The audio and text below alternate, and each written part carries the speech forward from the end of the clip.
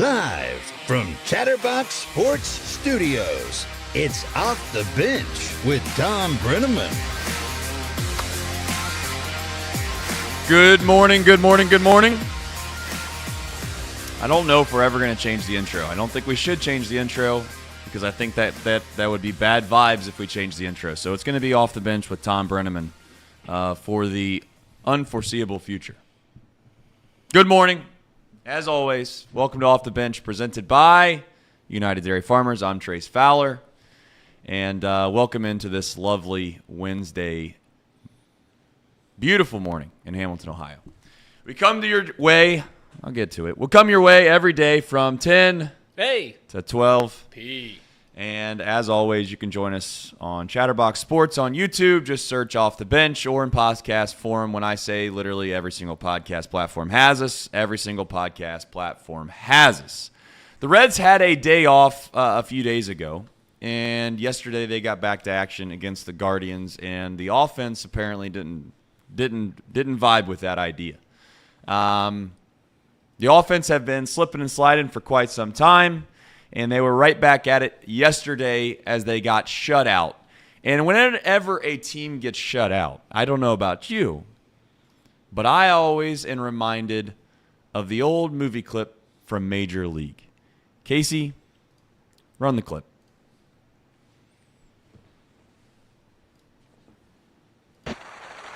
So the Tribe drops its third straight on this trip, 6-1 to the Rangers. For the Indians, one run on, let's see, one hit. That's all. We got one goddamn hit.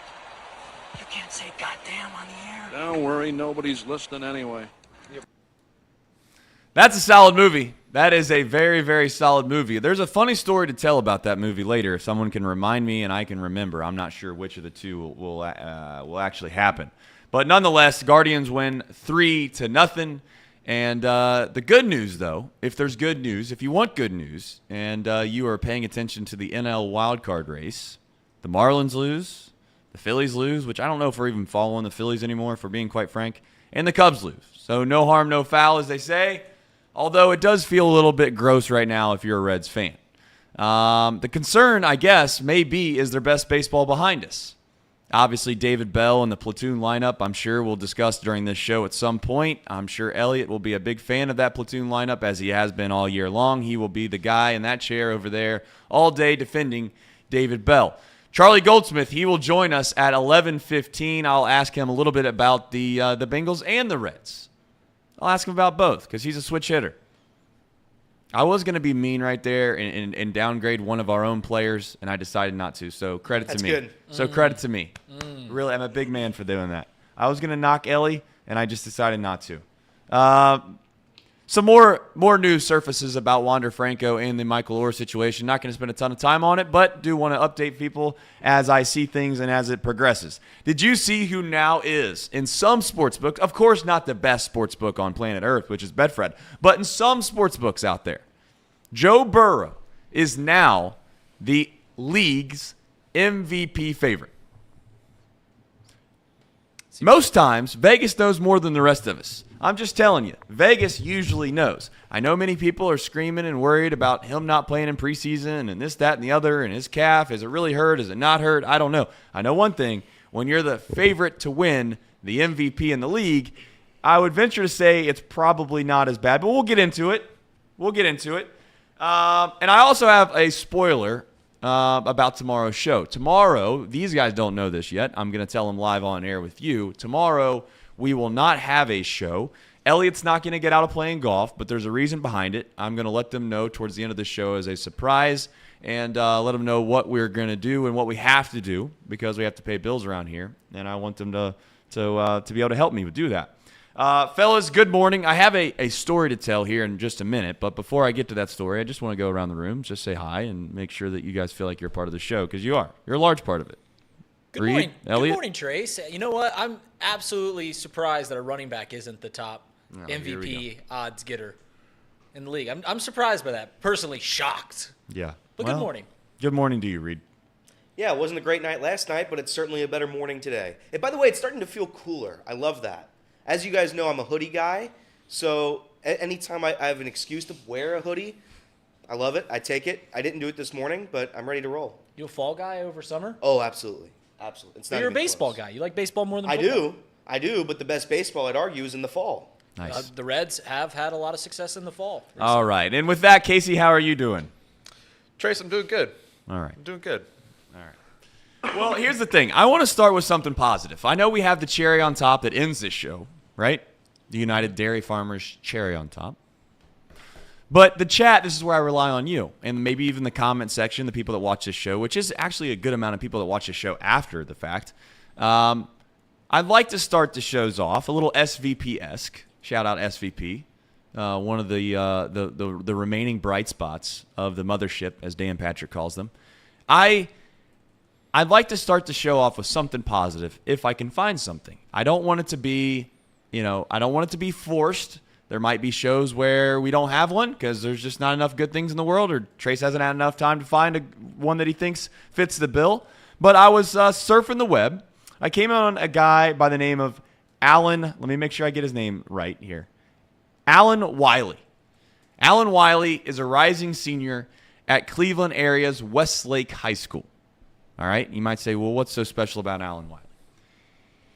He's been blind at birth, and he's taken up a broadcasting career. Now, if you read that headline, you're very much like me. Doesn't mean that I don't think that it's possible, but when you go into broadcasting, more times than not, when you broadcast, the main thing that you utilize while broadcasting is obviously your eyes and your sight. So I started to read this article. I was like, how is this even possible?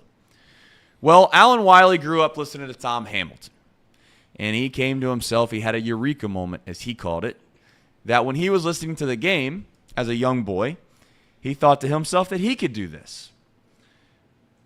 I'll get to that in a minute. You're still asking. I know you're asking the question as to why. But let me paint a picture really fast. He attended a Chicago-based play-by-play style broadcasting school, and he would then return back to his high school. In his sophomore year, he decided to take it up, finally got the courage to get behind the mic.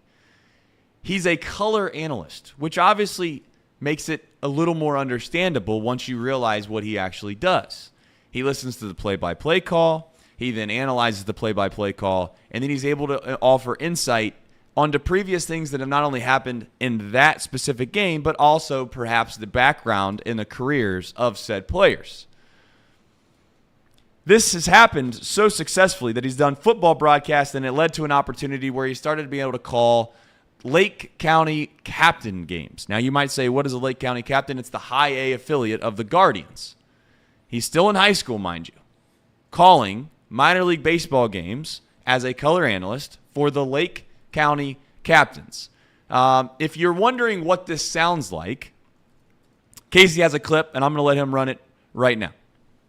With a 2-2 to Watson. He'll hit a ground ball just past the second baseman Spence for a base hit. Bartlett scores. Coming in is fast shove. And it's a 2-run single for Khalil Watson. And we are tied at 5. Well, we talked about this. Watson's first home game. You want to kind of get some momentum going. A great job. Perfectly placed ground ball just out of the outstretched arms. The second baseman brings 2 home. And my friends, we get a whole different ball game. So here's the thing. Obviously, he's young. And the biggest thing that I want to say is that we've come across many high school broadcasters, right? Mm-hmm. The thing is that it's really, you can see them start to blossom when their confidence becomes apparent.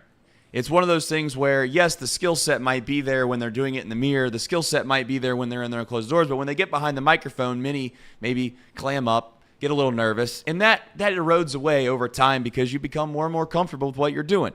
The thing that made me love this story the most is the commitment that it takes from this young man to actually do the job.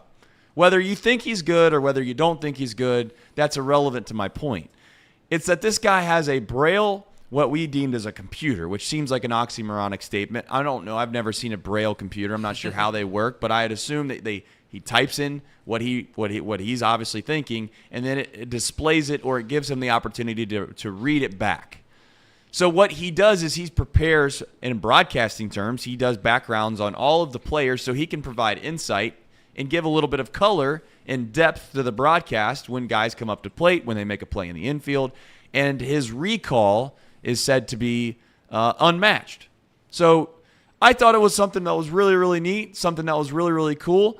This was him signing off. He has one game left with the Lake County Captains. That is tomorrow. But this is him signing off on his first broadcast. And I would tell you, remind yourself that this kid is still in high school. Run the clip. And lastly, Allan, I have to thank you, Allan you. Wylie, for joining me for the first time this season. He'll be here for 6 more games, at least, for the rest of this season. And did a great job in your first ever color commentary for baseball. Keep it going. Thank you. I appreciate that. I love baseball. Baseball really got me into sports, and so to be able to kind of live out a childhood dream of mine, like I would fall asleep listening to Tom Hamilton calling games, and to be able to call a game with an affiliate of the Cleveland Guardians, to me right now it's just wonderful. And thank you to everyone that made this possible. So, listen, I thought he signed off relatively well. Where it goes from here, I don't know. Obviously, when you have a disability, it's called a disability for a reason. He's certainly not going to have the same advantages as somebody else that has vision to be able to watch the game and provide insight on things that they specifically saw. But overall, I'm not even trying to be mushy about it. I'm not even trying to be like, this is a handout, you get an award. I thought he was actually pretty damn good, which is the only reason as to why I really brought this up. Yes, anyone that maybe be blind, they have a hobby, they think that, I just want to be a broadcaster. They go out and they do it and they're horrible. I guess my point is I don't know if that's as impressive as a guy that takes it this serious, has a computer, does background, and sounds, for a high school kid, signing off like that is not an easy thing to do. Reed, you've been around a lot of people. I don't know if you got a chance, people that have done broadcasting, I guess. Sure. I guess we've all been around a lot of people. Right. Am I making too much of it? I know you're obviously not gonna poo-poo on a kid aspiring, but No, that's an incredible feat. In all honesty, I mean, thinking about what the job is as a broadcaster, it's to, especially if you're doing radio and stuff like that, it is to show or paint a picture for those that can't see the game. And you're sitting there and you've never seen the game. And to be able to do it at such a high level is an incredible. It truly is incredible. Yeah, and he has to be a color commentator. Let's be clear, right? I know people in the chat. Like I thought the same thing you did. I thought, what in the world? I mean, it's impossible. It's literally impossible. So then I was like, how does this even make sense? Which is why I clicked on the article, if we're being completely honest. It had nothing to do with the fact. That I thought this was going to be some lovely story. I was just like, this is impossible. I got to read it. Well, he's a color analyst. That is the biggest probably takeaway from this that you have to understand before you start spewing at the mouth saying, well, that's impossible. He's a color analyst. He utilizes I guess, all of his context clues in a way to be able to provide as much insight as he possibly can. Elliot, were you going to say something? No, I was just going to say it's an awesome story. I think there should be. I mean, obviously there could be issues arising with a blind person calling games, but I think that opens the door for more people to do that. I think it's if you have the information, which he obviously does, and he's good at telling it, like Reed said, if he's a good storyteller, I think that opens the door for more people who can't see as good as the rest of us, who are blind. It opens that door for him. I think that's awesome. Yeah. I thought his memory retention was the most impressive feat. Yeah. The fact that he can recall moments within the first inning just on a whim. Right. And he doesn't just do baseball. He does football too, which is also pretty impressive. You know what I was saying? I asked you guys this before the show, and I was thinking to myself, how could you get to the highest of levels being blind and wanting to do broadcast? And I think that being a storyteller is what it has to be to a certain extent. You're not ever going to be, and I brought up John Schmaltz, and there's a joke in there somewhere about Barry Larkin, but I won't get to it. Here's the thing. I genuinely believe that he could do a Jim Day type of job. Not saying what Jim Day does specifically, but a Jim Day type of role where he bounces in and out of the broadcast from time to time, provides like kind of a sideline type of story. Maybe there's even an instance to where he can do an interview because clearly, he'd be capable of doing that. It's not like he has to see something that happens on a field to be able to give context to it. So anyway, best of luck to him. I thought it was a cool little story, and it was much better than wanting to talk about the Cincinnati Reds and the platoon situation that we have going on right off the top of the show, which is probably where I want to go next. I seen something before we get into the platoon situation that kind of grinded my gears a little bit, and I promised on myself yesterday I try to be self-critical of me in this show and how I come across. I don't want to always be the guy that screams and yells in a microphone. That's going to be probably me a good amount of time because that's who I am naturally, and I'm not going to probably try to hinder myself from not being myself. However, I did see a tweet from Charlie Goldsmith, who's coming on at 11:15. This isn't a fault of Charlie. Charlie's just reporting. Please put this up here, Casey, and I'm going to read it out loud for those that are in podcast form. David Bell on Ellie De La Cruz getting caught at second base on the sacrifice fly. On a fly ball, David Bell says, to the outfield, there are a lot of missed opportunities for tagging up. It's a reaction where base runners get out too far. If you read that it's not a home run, we really encourage guys to break back and tag up. You can score a lot of runs that way. Okay. All right, David. This is where you lost me a little bit. That is a individual play for each individual player. This whole blanket statement stuff of everybody's going to be aggressive, we're going to all be aggressive. And again, this is all in context, okay? In general terms, I know David Bell probably knows this. The issue is that I think we keep harping back to, oh, we're an aggressive baseball team. Being aggressive doesn't allow you to being stupid. There's a difference. Okay, Ellie's play yesterday was much closer to being aggressive than stupid, yes. But I don't want to keep – it's almost like the line is getting blurred a little bit with this whole aggression and, oh, it's okay to make mistakes because we just want to run the bases with reckless abandon.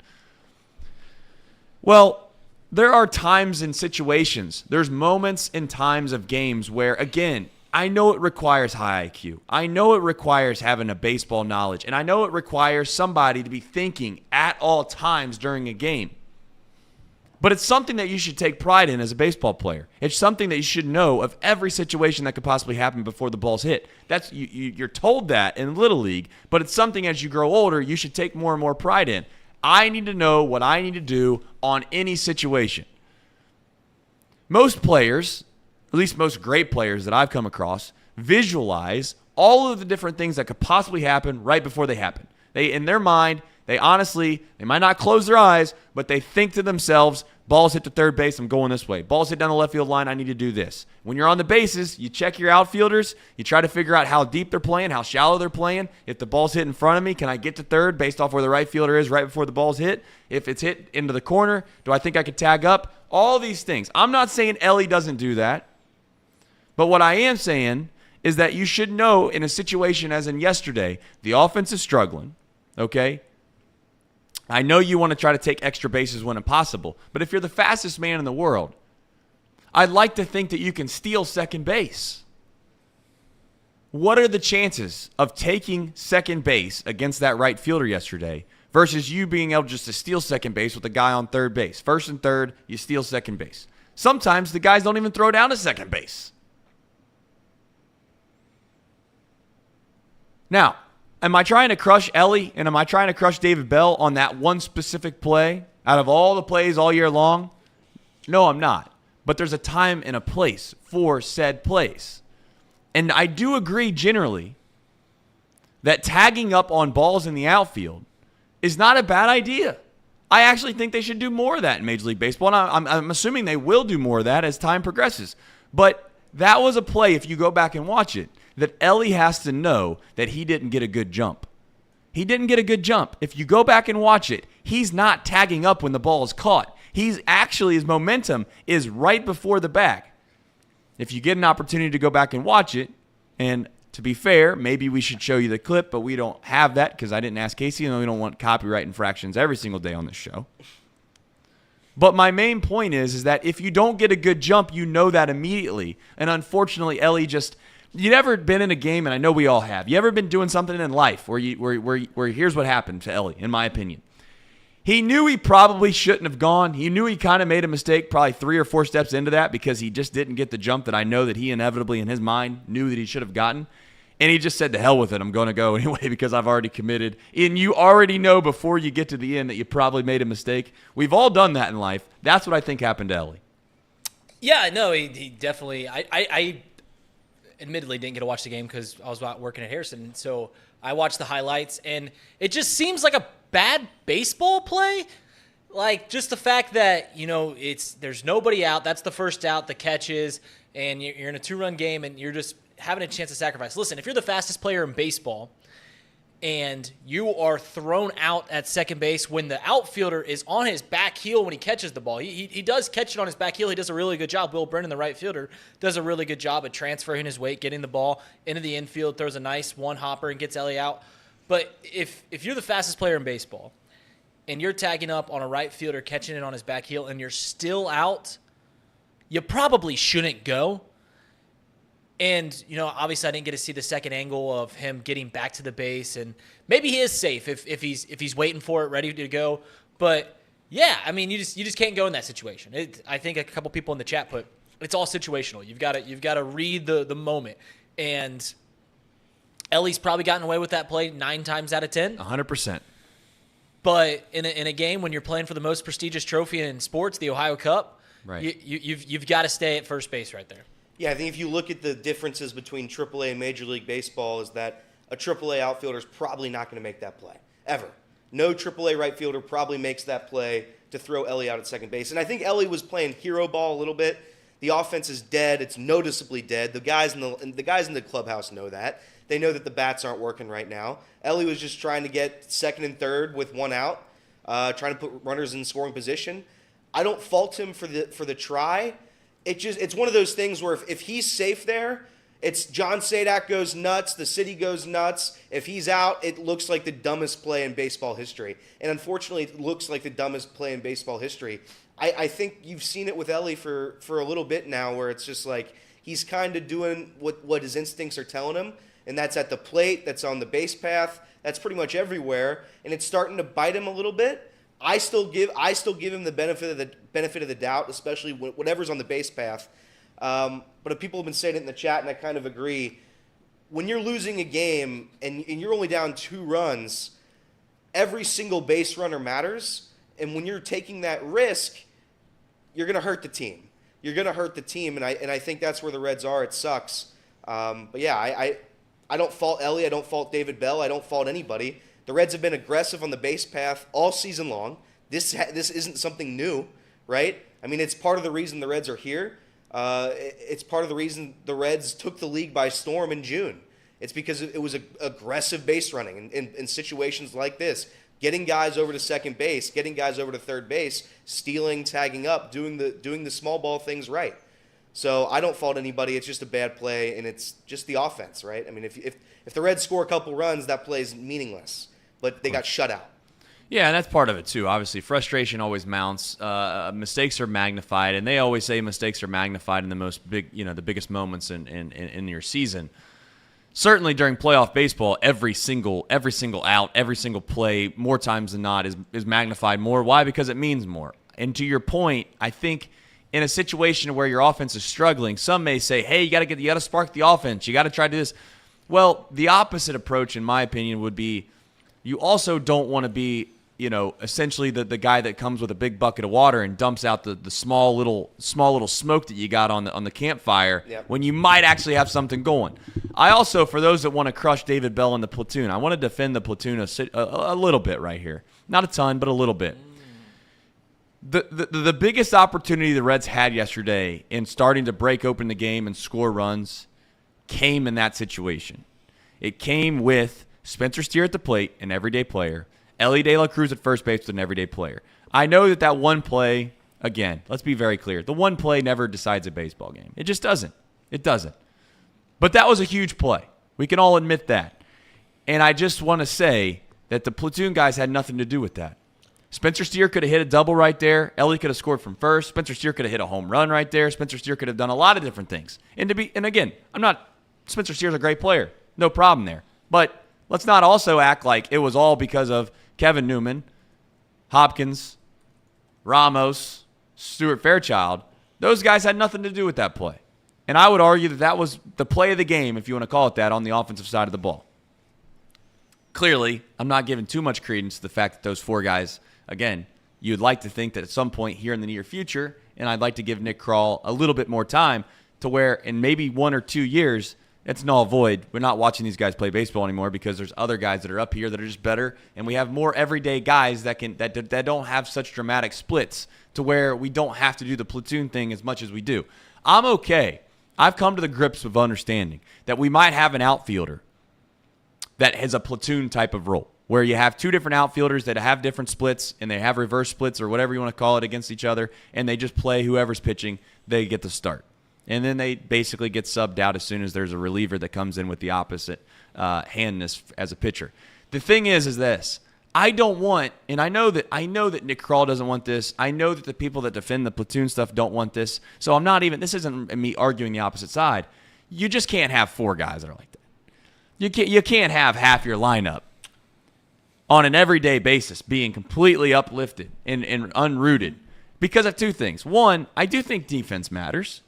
And I think playing every day defensively helps being a better defender. There's no doubt in my mind if I only got to play 2-3 days a week, like Stuart Fairchild, like Nick Senzel, RIP. But what? I mean, that's the truth. Do you think Nick Senzel is going to play another game in a Reds uniform? I would venture to say that he probably doesn't. But anyway, Kevin Newman, another good example. I've been as critical of Kevin Newman as anybody, but it probably doesn't help Kevin Newman one iota to go out there and have to play defense when he hasn't played in a week.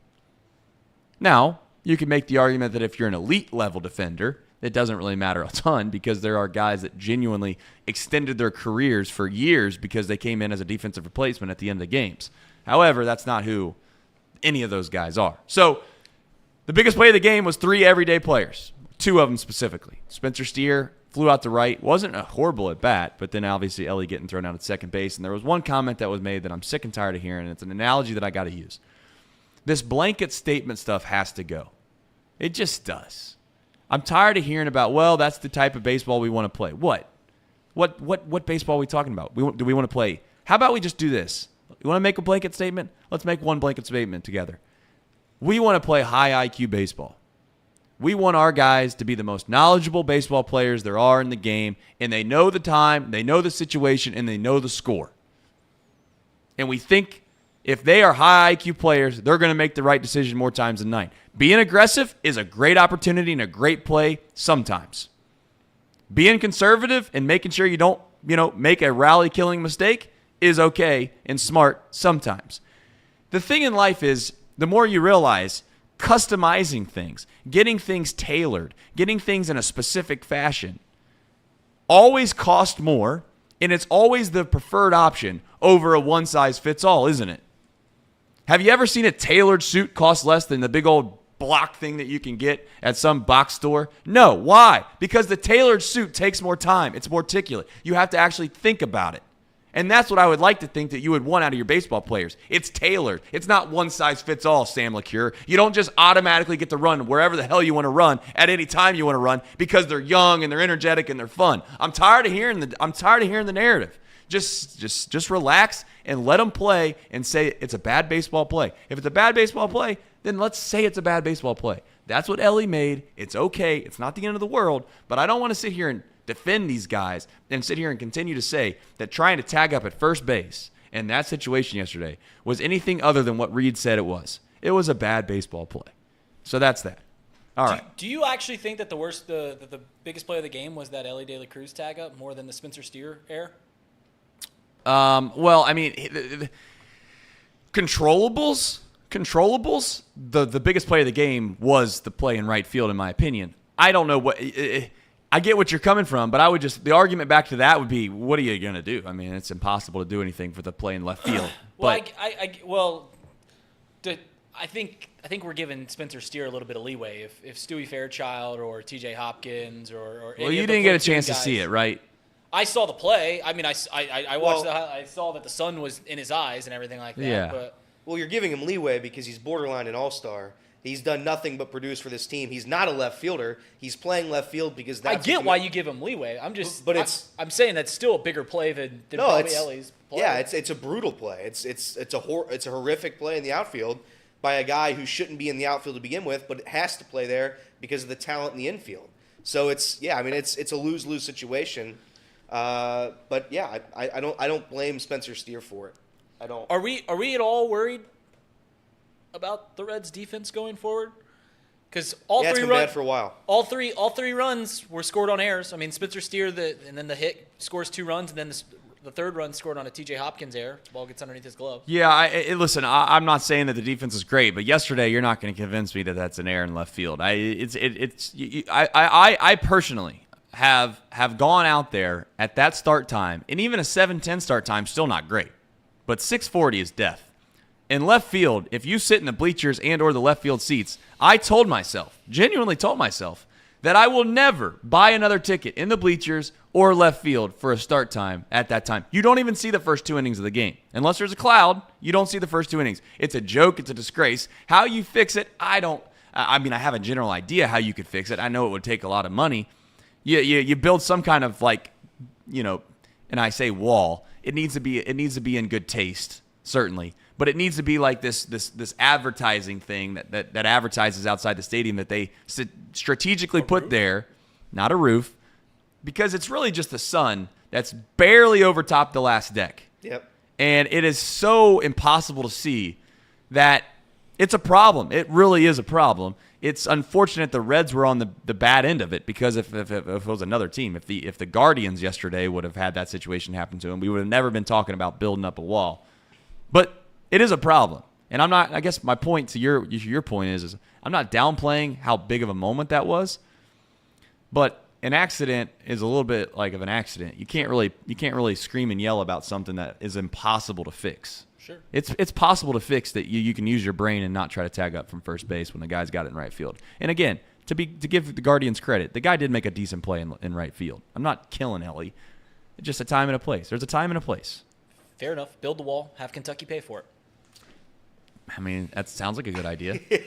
I feel like that's something that you could run on. But Elliot, you got something else to add, or are you good? No, I was gonna go back to the platoon thing, if that's okay. I saw the lineup yesterday. I was still here. I was at work. I was gonna say something, but I'm like, you know what? It's worked up until this point. Let's give David Bell one more shot at it. It's not working. The platoon thing is no longer working. It has worked this season. It objectively worked. It objectively worked when we had Jake Fraley out there. It is not working with T.J. Hopkins, Ramos, Kevin Newman. Kevin Newman is, by the way, 9 for 48 and since late June, I believe that's since like June 22nd. 9 for 48, I believe, Kevin Newman at the plate. It's just not working at this point. I want Joey Votto in the lineup. I want Will Benson in the lineup. If they strike out 3 times, if it's Golden Sombrero City for those guys, fine. But at least I know, I can go to sleep knowing that these guys are the better players, and they're just getting reps against lefties. If you don't want to play Joey Votto, who has been objectively bad against left-handed pitching, objectively, one of the worst on the team, maybe the worst on the team against lefties. If you want to take Votto away, fine. Will Benson is an everyday player. Will Benson came in last night and gave the best at-bat of the night. So it's like off the bench, and Reed has been saying it all year. Will Benson gives the best. It was against a righty, though. It was against a righty. It's against a righty, but I'm saying if you can do it against a righty, I believe in your confidence. I believe in your ability to do it against a lefty at some point. So I would take my chances with him over T.J. Hopkins every single day of the week, every single day, and it's not close. When Jonathan Indy comes back, when Jake Fraley comes back, hopefully we don't have to see this any longer. We can, you play it the way you've played it in mid-June when you went on the run. But it's brutal to watch. I mean, it's brutal to watch right now. It's not working. Having 4 spots in the lineup just be guys who can't play baseball is tough. Well, it's tough. Here's the thing that I was trying to paint a picture of yesterday. There are 3 guys on this team that play every day. And I say every day, Tyler Stevenson's probably the closest guy that doesn't play every day. But for the large majority of the season, Tyler Stevenson has gotten a pretty significant amount of at-bats. Their splits versus left-handed pitching versus right-handed pitching is so dramatic that I think it skews the actual ultimate splits that you get that people want to take screenshots of when you say the whole lefty platoon thing doesn't work, because statistically speaking, the Reds do hit left-handed pitching better than right-handed pitching. So then they point to that and they say, well, how can you say that this platoon thing isn't working? Well, when Matt McLain's hitting literally like 50 points above left-handed pitching versus right-handed pitching, Spencer Steer's hitting like 50 points above what he normally was against left-handed pitching versus right-handed pitching. Those 2 guys in and of themselves are skewing those numbers so significantly that I'm not totally convinced, I guess, that the platoon guys are making that big of an impact when you factor in the defense. Now, again, I'm willing to put my hand up and say I could be off base on this. But something has to be said about what you lose defensively when you actually replace half the lineup with these guys that don't get a chance to play a lot. We don't face left-handed pitching all that often, thank God. There's not as many left-handers in the world as there are right-handers, and more times than not, there's a right-hander that's going to throw. So Kevin Newman, Stuart Fairchild, Nick Senzel, RIP, they didn't get as many chances to play as many games as the guys that are platooning versus right-handed pitching, like Jake Fraley. Joey Votto, perhaps.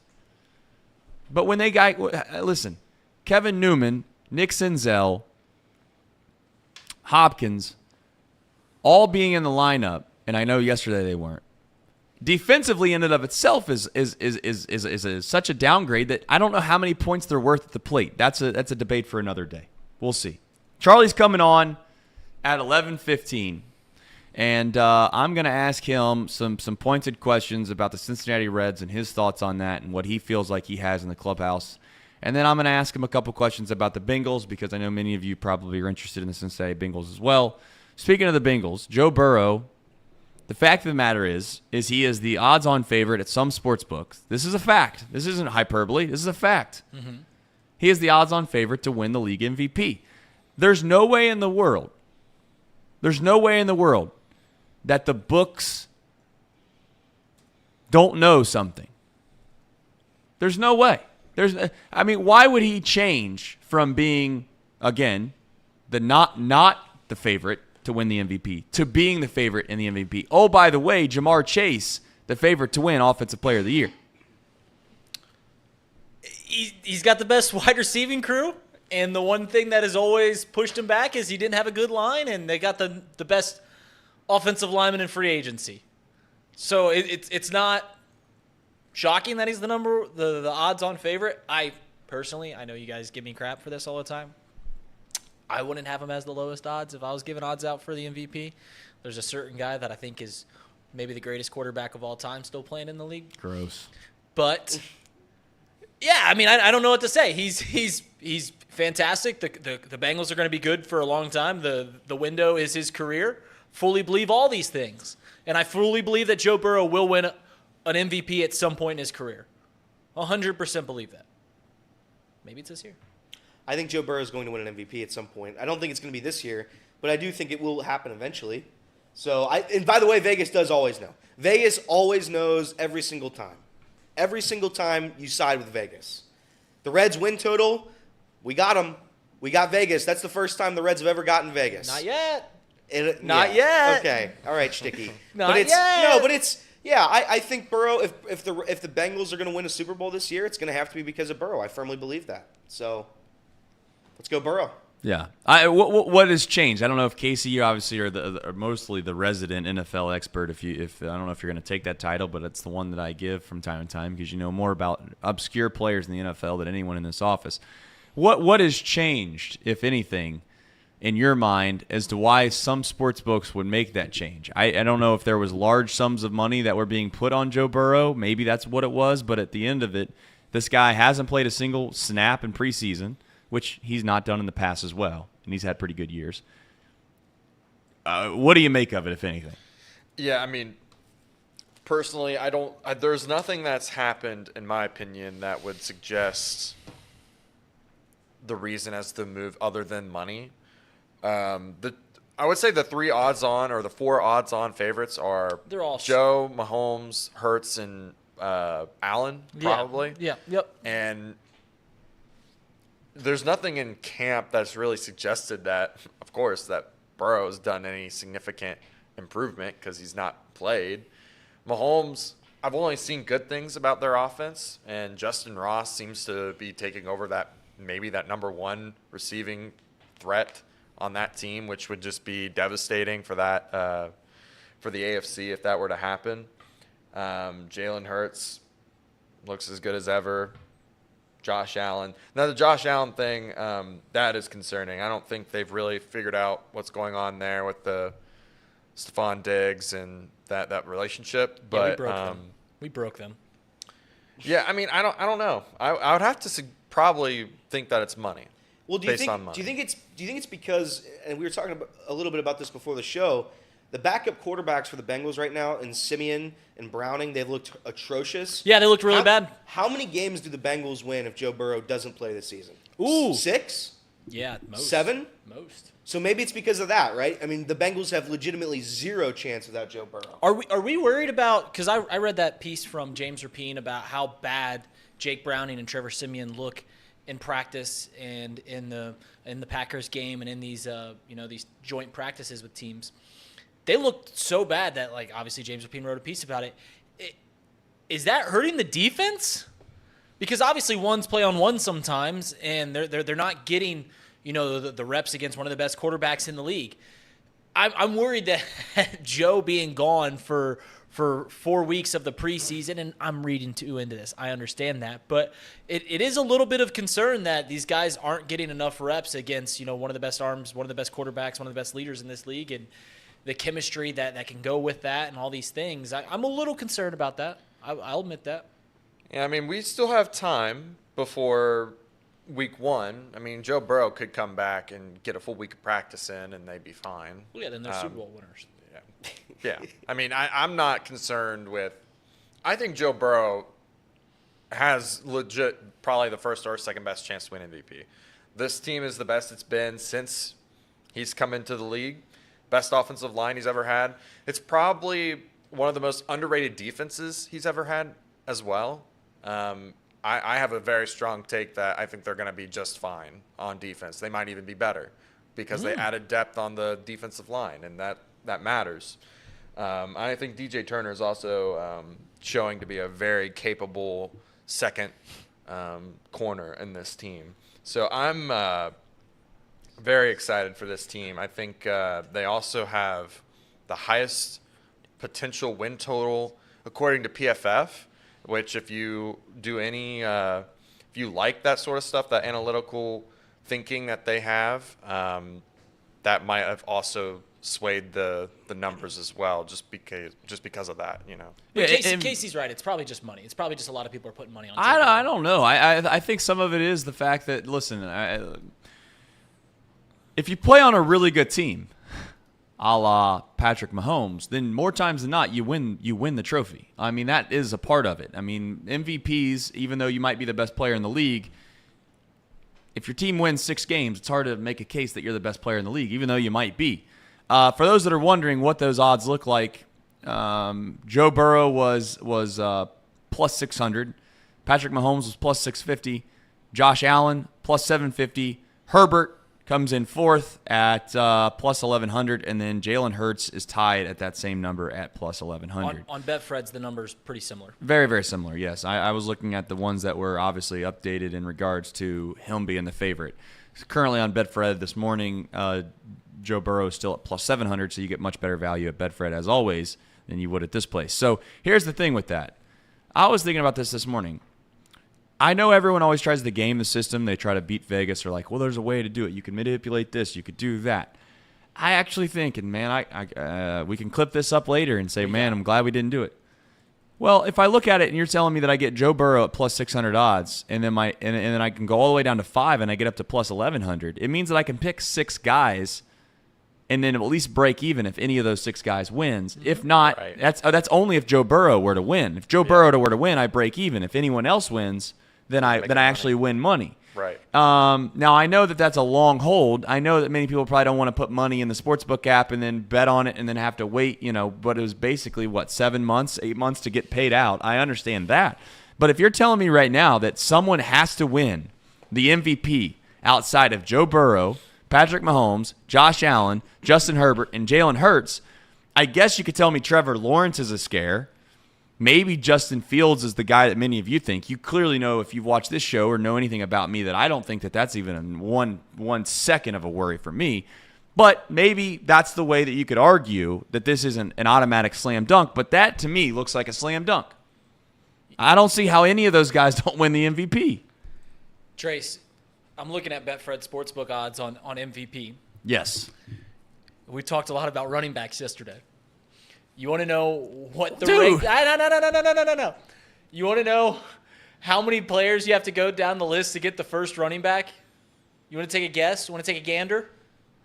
This has nothing to do with the argument. I'm going to go 20. He's saying 20. You want to take a guess? 26. Case? 30. 33. Bailey Zappi has better MVP odds than Christian McCaffrey, the first running back to. And what's to be your point? Oh, Nothing. I'm just saying that it's just funny. We talked Right. a lot about running backs in this league, and Bailey Zappi has better odds Right. to win the MVP. Yeah. Kirk Cousins, Jimmy Garoppolo, Right. Ryan Quarterback. Tannehill. What about receivers? Quarterback. There's Well, that only was a backup quarterback, wasn't it? yeah. There's only one receiver that is also listed in front of Christian McCaffrey. That's Justin Jefferson. Oh, so one other position player. So there's 30 Really? One other position player above a running back. That's weird. Because here's the weird thing about that position. wasn't the one Here's the arguing weird about thing how about that valuable award. running backs are in the It's a league. quarterback award. Why don't we just change the name of it? We all know what it is. It's a quarterback award. Well, they're the most valuable player on the field, so it makes sense. I mean, could you imagine sitting here telling me, hey, I looked at the Cy Young odds the other day, and there's no other position besides the pitcher. Well, yeah. Well, it's because it's a quarterback award. The MVP in the NFL is a quarterback award until otherwise.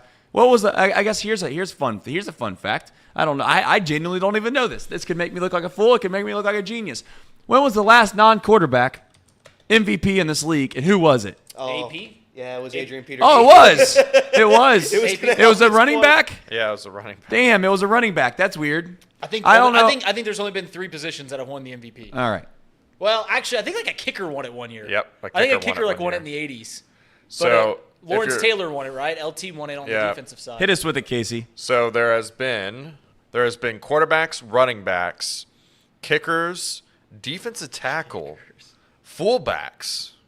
Are we back in the 30s? day- Are we in the 30s? What where are we? kicker won When it did a in the kicker 70s. win? If you are wanting the Super Bowl era, it is what I just listed. Fullbacks. Can you tell me the kicker that won?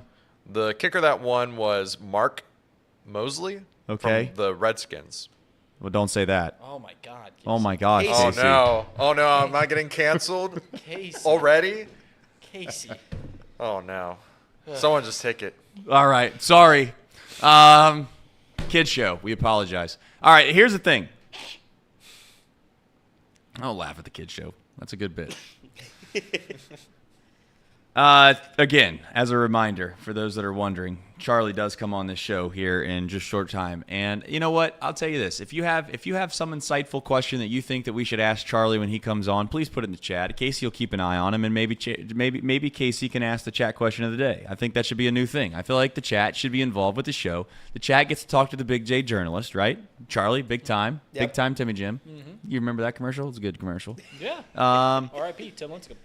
Yep. A lot of RIPs today. We need to slow down on the RIPs. So here's the thing. I'm gonna before we get into Charlie, here's the plan for tomorrow. These guys have no clue this is coming. They don't even know what's going on. I don't. Tomorrow, me and Elliot are gonna go play 9 holes. We're gonna film it. We're gonna edit it up, and we're gonna edit it as fast as we can. Elliot thinks we should take our time, make it really, really nice, put it out on socials. I think that's fine. We just got to be poker-faced in here to where people that watch the show every day don't know who actually won. I think that's going to be difficult, especially considering if Elliot were to win, I don't know if Elliot's won enough things in his life to be able to hold that in. We'll see. We'll see. But tomorrow, we're going to go play in the morning, okay, which requires us to not do this show. We will be back Friday, okay? I can promise you that. The other part of that is this.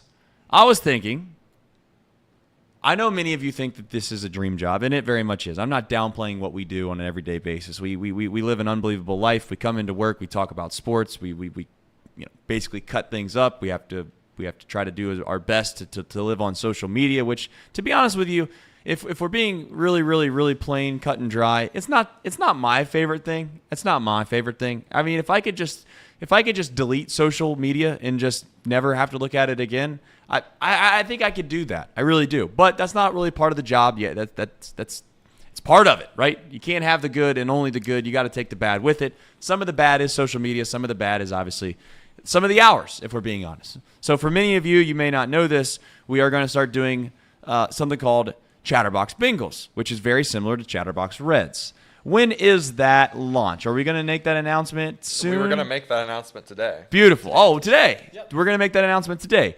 Casey, if you have that graphic that you've been working on readily available, You want me to just play the video? then I guess we have a video. News flash to me. Chatterbox Bengals. Here's the video.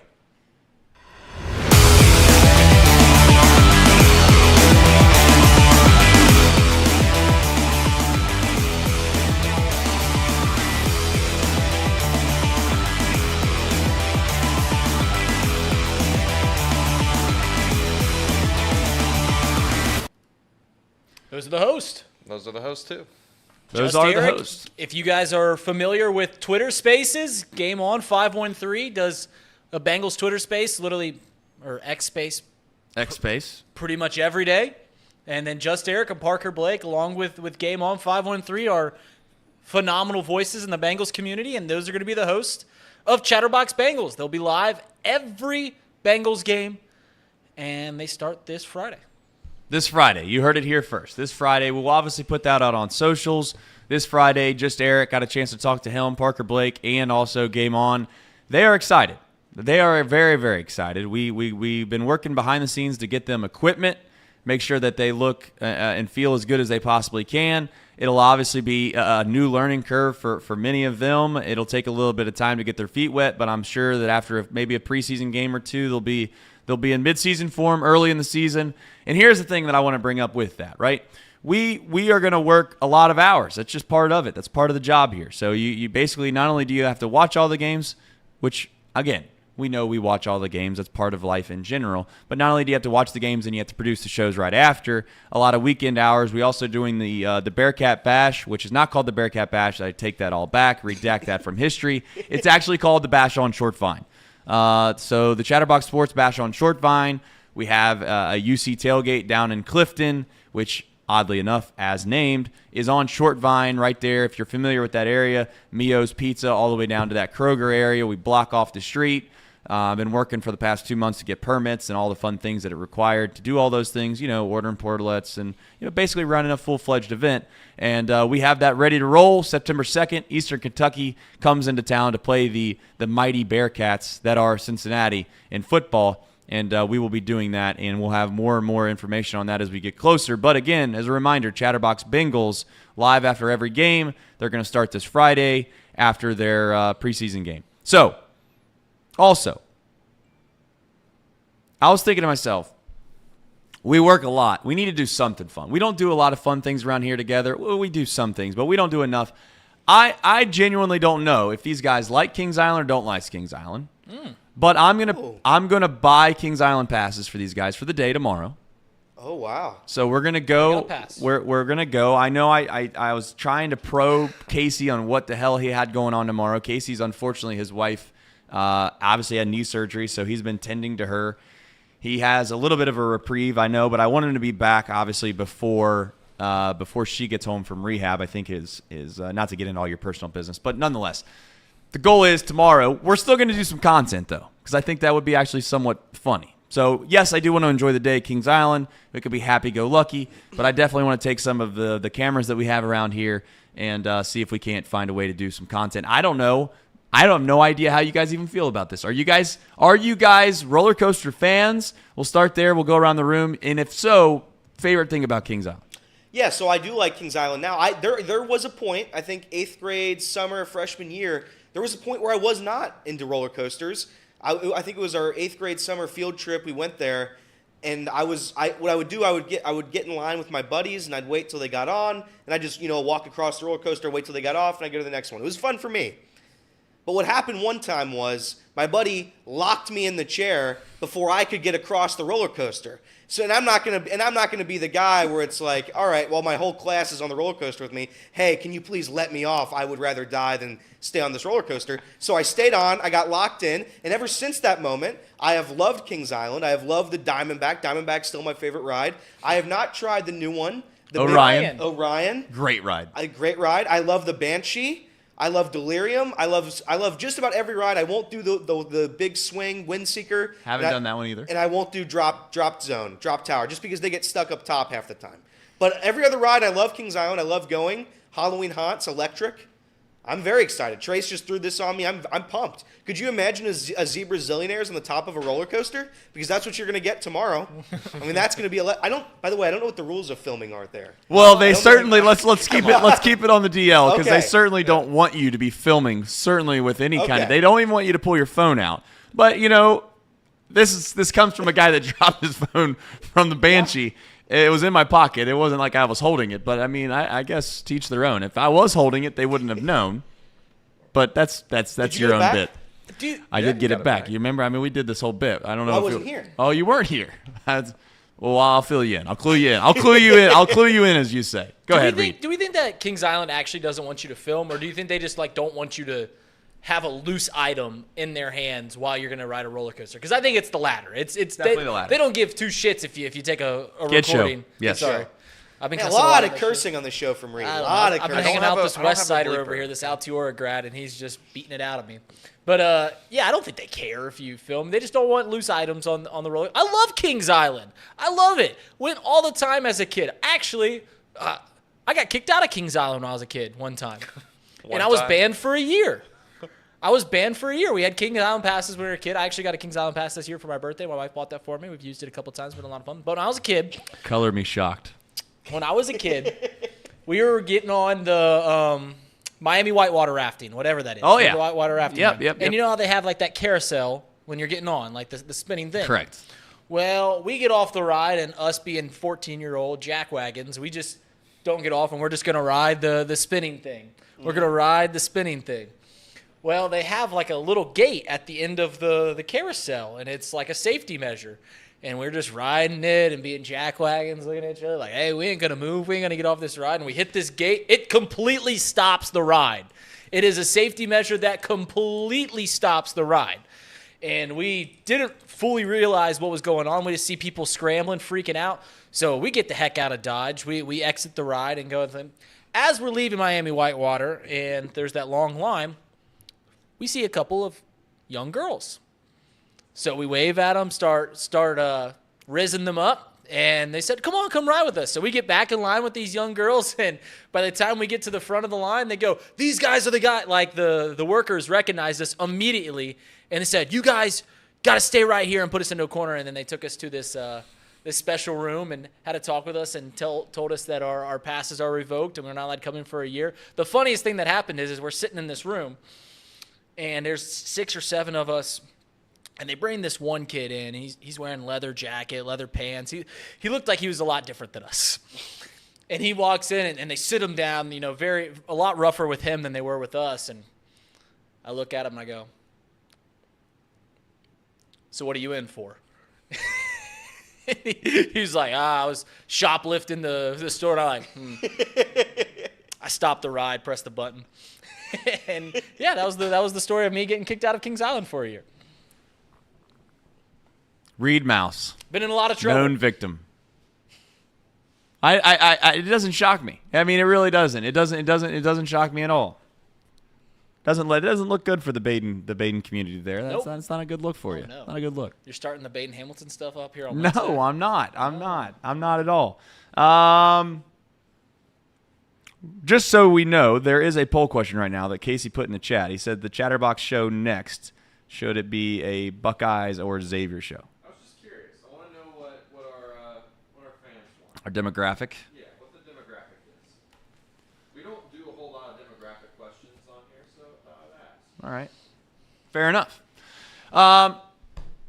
Where was I going to go with Kings Island? All right. Casey, I think we should at least end with not end, but at least I before I get too far. You're the wild card in this whole thing. I don't know. I got a story to tell depending on how you feel about Kings Island. I got 2 different ways to go about this, but go ahead. What's your thoughts on Kings Island? I mean, I like Kings Island. It's been fun for me as a kid. I used to get gold passes all the time. I have not rode the last 2 new ones, so that's Orion and Diamondback? Banshee. Banshee. Banshee? Actually, I might have rode Banshee. Have Is you- that the have you- blue drink that they had out in the front of it? It's over by He's saying he's Banshee is by Delirium. It's blue, and it does like a little. Yeah, It's like 8 flips. Okay, so Yeah. yes, It's I almost a have little rode too that much. one time, and I've not rode Orion yet. I enjoy roller coasters quite a bit, but as I've gotten older, I've gotten more nauseous as I ride rides. I agree. So I don't know what the deal is with that, but I like riding roller coasters. Flight of Fear beats the crap out of you now. I'm not a huge fan of Flight of Fear. didn't they? No. Or they got rid of Firebird. Firebird. They got rid of Firehawk. Firehawk. I mean, come Sorry. on. Don't Sorry. disrespect Firehawk. And the Vortex. I have not been there since they got rid of the Vortex. Wow, Wow. Vortex is a long, long time ago. I mean, if you've not ridden, you've ridden the Diamondback. It's like 2 years. Yeah. Vortex been gone for like 2 years. Vortex has been gone for, I feel like, a while. Anyways, I still believe a couple things that are true at Kings Island. I think that the Beast at night is still the most elite ride there is at the park. I still think that the Beast rivals all the other rides. However, there's something about the Beast that's still, maybe it's nostalgic for me, so I do want to harken back and saying that I could understand why people think that the Beast isn't that great. But there's something about that second hill, that bank turn, that's just elite. It's elite. I could only imagine. Could you imagine? And you visualize, and maybe some in the chat have done this. I could only imagine in 1980, 1982, roller coasters really probably at that point there was no Diamondbacks, there was no It was the biggest roller Orions. coaster in the world. I mean, could you imagine? Never have seen this before. And hit it in that bank turn, you had to think that you were going to die. I still think I'm going to die. I think it gets worse. It gets scarier as each year passes. You literally think you're going to flip over the thing, and you're just going to. There's just no chance. I still believe that. I still ride the Beast, but it does scare me now. Like, not even for like the thrill of it, but I'm concerned there's actually like safety issues there. The Son of the Beast, which was because of the Beast, they had to close that one down. I think. Did somebody die on that one? No. I think they were getting some lawsuits over medical situations that were happening based off of back and neck problems. Yeah, the wooden roller coasters. Their time is up. The racer's still there, isn't the racer still there? The racers actually got retracked. The Beast got retracked. So I'm not suggesting that they're smooth. I'm not suggesting that they're unbelievably, like you get on the Diamondback, you get on Orion. It's just another level. Okay, you want to talk about buttery smooth? That's like the smoothest ride you could take is Orion. Yeah. I mean, I almost think part of me thinks that I wish it was a little less smooth because it's just like it doesn't even feel real when you're on it. And I kind of, as stupid as it sounds, maybe it's a personal problem. I kind of like the fear. After you get off, you're like, man, that was exhilarating. Like I thought I might die. I mean, I kind of enjoy that. Yeah, now, I don't like the exhilaration of death. Like that's not one that. Well, I don't want to die, to be clear. Well, yeah, but it just sounds like you did, though. It sounds like you did want to die. There's worse ways to go than just flying off a roller coaster. Reed's not the guy you want to talk to when it's talking about death. Reed has a wish list of the ways that he dies. And I want to go at the top of the list. I'll let you share it. At the top of the list is what? If I could pick a way to die, it's 100% going down in an airplane. I want it to be quick. I want people to remember. Quick? Brother, that's a 15-minute flight down. Oh, no. That's a 15-minute flight down, and it's everybody screaming. Yeah, and then you die. What a horrible death. And then you die. There's no pain.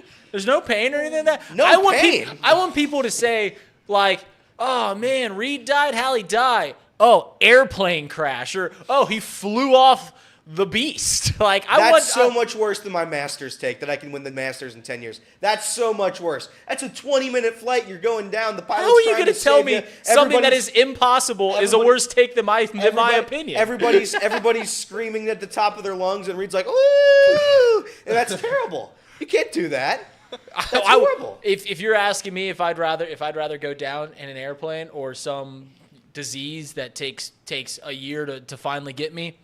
Give me the 2 minutes and the quick descent from the airplane. Fair enough. All right, we'll cut back from the morbid talk. But what I was trying to say before we got to that situation was that I do like the idea of feeling like exhilarating that the ride is scary. I don't want it to go wrong, but I just assume, again, I'm making a huge assumption, and this is probably a bad thing to do. I got a huge wooden desk, which is a good thing here. I would assume that a ride that's been going since 1979 or whatever year it was when it was built. I mean, the statistical chances of me being on the ride where it all ends is just very, very low. So I do assume as I'm going around that bank turn in that tunnel and I put my hands up, I assume that I'm not going to get my arm ripped off. But I like the idea of thinking that it's possible. It seems more likely than no offense, the Orion is so smooth that it's like it is a little bit of a thrill. But again, the Beast for me still sits at the top. Sorry. I was going to say, Natty Ron wants to talk about sports. Yes, he does, of course. The most rigged thing at Kings Island is the basketball three-point contest. Oh, I have unloaded. 100%. I have unloaded thousands upon thousands of dollars to try to win that game. I can't win it. I will pay $100. What is to watch it? Trace go. You know what I'm talking about? Shooting basketball. Oh, no, the three-point The three-point contest. Very different. It's very different than the one with the big long nets. It's an actual basketball court. It was right by the vortex. It is. I would pay thousands to watch you try that, and you could never do it. You would never get 3. You have to get what you shoot to paint a picture. We'll have content on this. I'll do it if it's open. The beautiful thing is tomorrow. I don't know though. Tomorrow, it's this is the last week that they're open during the week, which is why I made this executive decision to do this really, really fast. So outside of this week, it's only weekends only from now on at Kings Island. I'm hoping, I could be completely wrong. Kids are back in school. We go tomorrow right around noon, call it noon or somewhere around there, 12:30, 1 o'clock. Yeah. I'm assuming that there's these lines can't be that long. I mean, it's 1 o'clock on a Thursday. School's back in session. Mm-hmm. People are working. It should be an elite time at Kings Island. I would think. I could be wrong. But to your point, what do you actually have to do? You shoot in all of the three-point contest spots? Yep, or is it only 3 spots? It's three spots, but yeah. Right. Corner, top of the key, and corner. Yeah. Okay, and you get how many balls, and what do you got to do? It's like 4 or 5. I think it's 5 balls, and you got to make, I think 10 wins like a PlayStation. If you shoot perfect, you win like $100,000, but you'll never make it. If you make 1, I think you get a little teddy bear. Fair. Do you know what I think it is though? And we're going to move on to sports because Ronnie's yelling at us.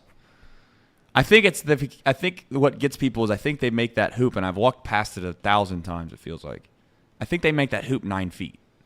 I don't think that they make the rim. They make it a little smaller, and they make it very stiff. Okay, that game though, I don't know if the rim's stiff. I just think that the hoop's lower, and people just assume they got to shoot much farther than it really is, and it takes them 3 or 4 or 5 shots to get in rhythm to realize that this isn't really regulation size.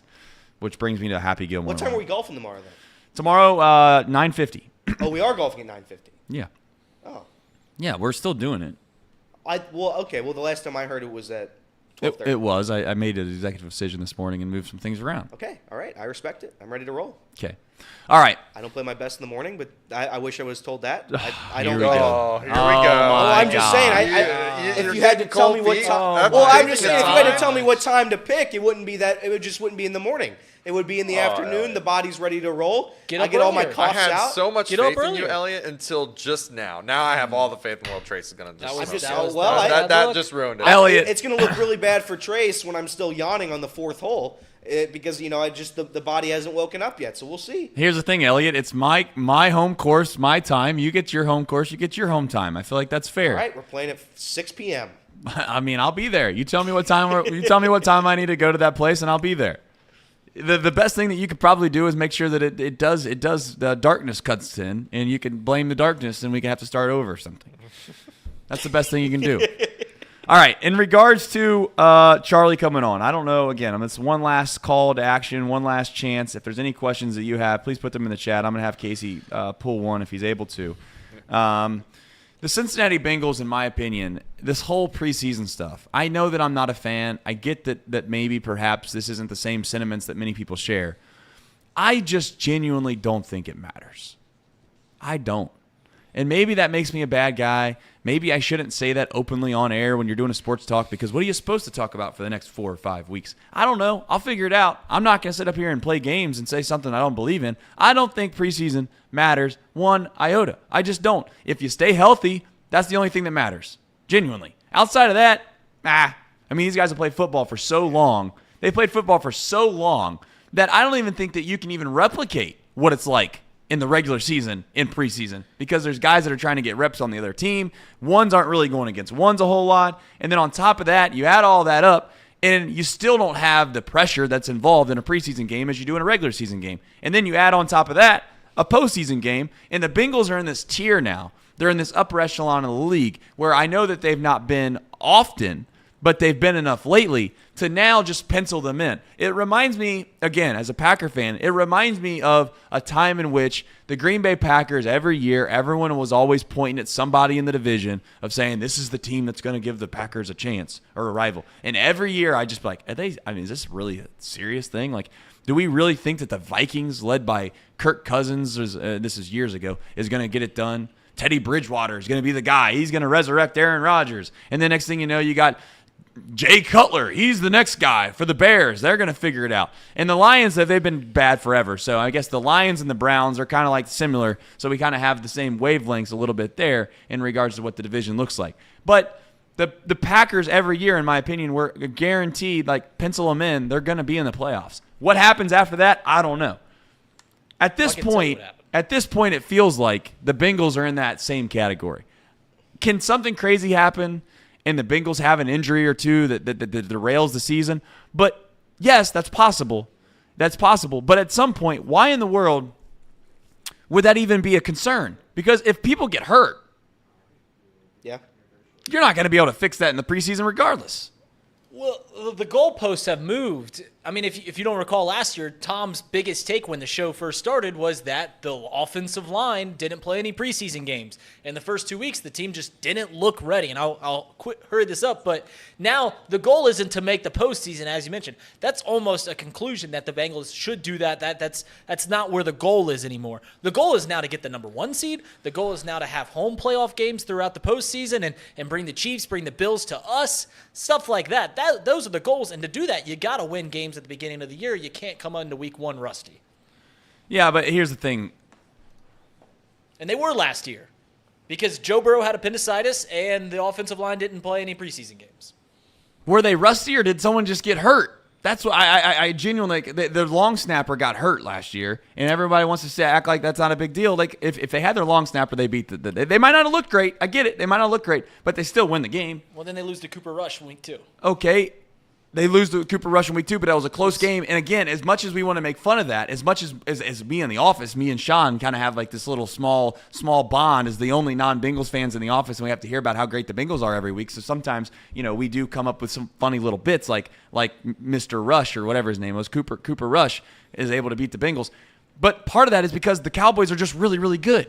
Like, I don't know what it takes for people to understand, but last year, the Cowboys were really, really, really good. You're not going to convince me that if they would have done something differently during the preseason last year, they would have 100% beat the Dallas Cowboys. I'm not buying into that. Micah Parsons bullied them, like, the entire game. Yep. He took over that game. And Micah Parsons does that to a lot of people and a lot of teams. So, again, I get that sentiment. I'm not suggesting that the preseason means nothing at all.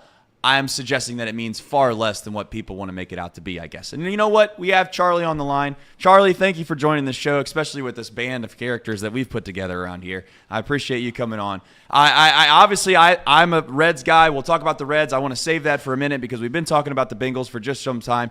Today, I don't know if you know this, in some sports books, Joe Burrow has become the odds-on favorite to win the MVP.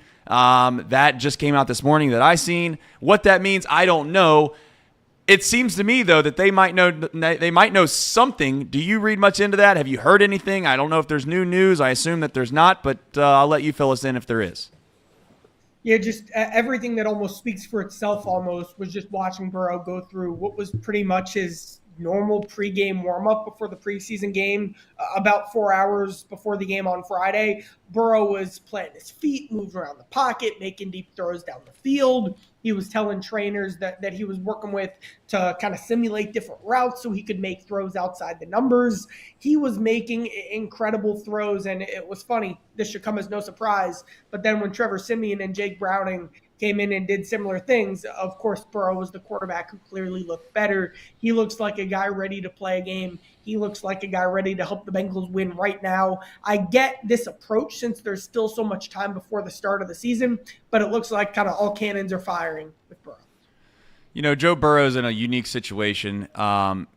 Young player, obviously, that's still on his rookie deal. It's been made up a million different ways of what people think should happen or what could happen and whether other guys need to get taken care of first or how they manipulate the salary cap with Joe Burrow's deal, et cetera, et cetera, et cetera.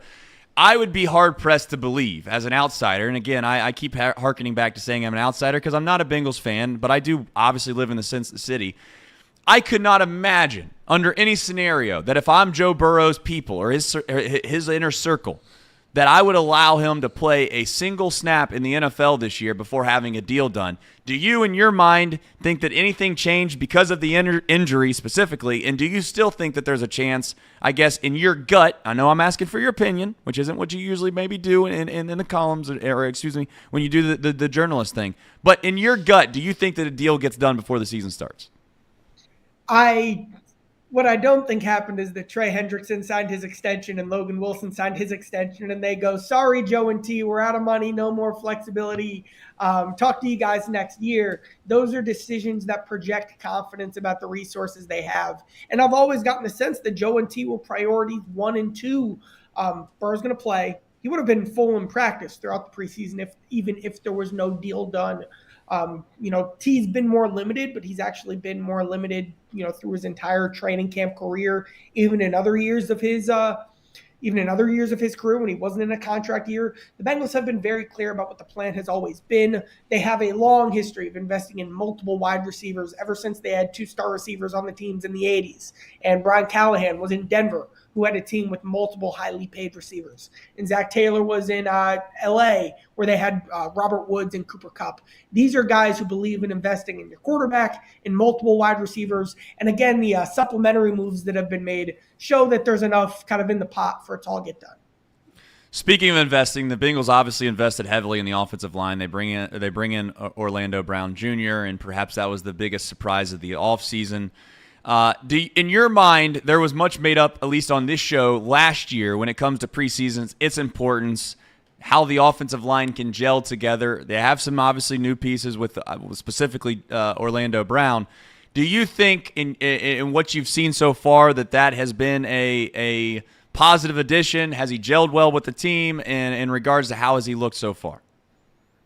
Orlando Brown looks like the best offensive lineman the Bengals have had in a while, probably the best offensive lineman that Zach Taylor's ever had. His physicality, his athleticism, they have some scheme stuff that they're working on that they specifically feel like they can do because they have a guy like Orlando Brown.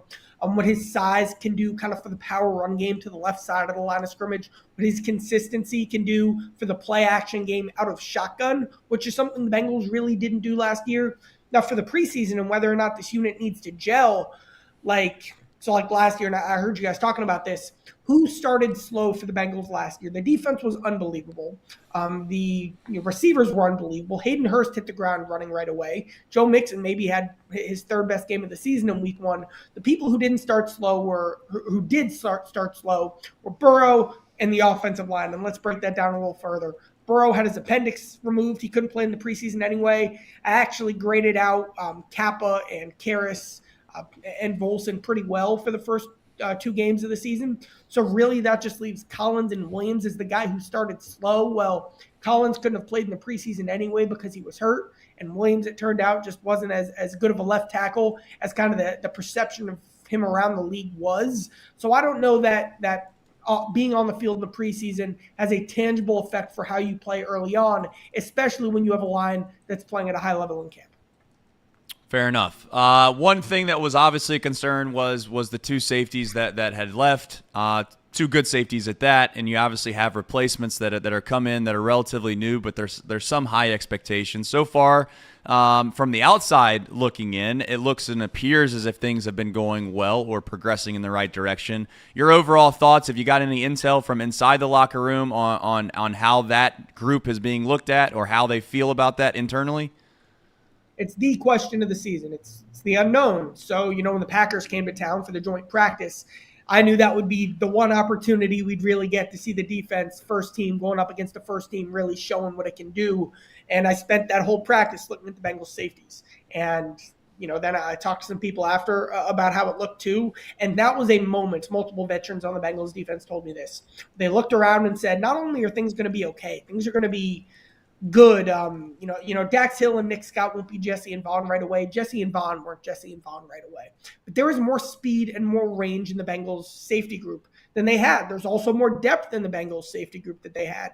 There's a lot to like from what they showed in the joint practice, what they showed, we spent a lot of time talking about what they did in the preseason game, Dax Hill's pass breakup, Tyson Anderson's 2 picks, Jordan Battle making plays in the backfield and then deep down the field as well. I think probably the most encouraging development of the preseason and training camp has been what you've seen from the Bengals safeties.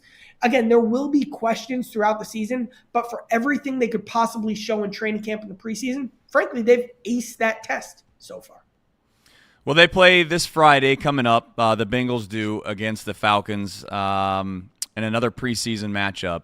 Is there anything in particular you had mentioned that you were specifically looking at the safeties during the Packers' little practice there? Is there anything specific you'll be looking at on Friday that you need kind of more clarity on? Yeah, well, lots of things that certainly you need clarity on. 2 more high-profile ones are quarterback and running back, specifically with the backup spots. Trevor Siemian and Jake Browning, I don't know what the best way to say this is, they have both not taken any strides towards claiming the Bengals' backup quarterback job. They need to play better. And if they don't, the Bengals might need to explore other options if a Brandon Allen becomes available. It is still one of their jobs to lose. A good game from them where they, do things that they didn't do last week. Play on time within the offense, make anticipation plays, be accurate on their throws down the field, pick up protections, getting the snap on time, like stuff like that just didn't happen last week. You need to see that this weekend. Someone needs to take a step towards taking that job. Running back Chris Evans and Chase Brown, like they're good at different things almost. I think Evans looks right now as a more, not explosive runner, but a better runner probably when you need, I don't know what the best way to say this is. Chris Evans just looked more comfortable running within the Bengals scheme. I think that's the best way to say it. Chase Brown, probably the better overall power runner when you need a yard. Also better at making guys miss when he has the ball in his hands. I think you need to see more of them both in pass protection and then more of them in situations doing what the other guy's good at. What's Chase Brown look like on 1st and 10 when he gets situations maybe he didn't get last week? How can the Bengals kind of get a next step from Chris Evans on maybe short yardage runs? How is he looking in pass protection? They need more answers as they come up with a plan at that position.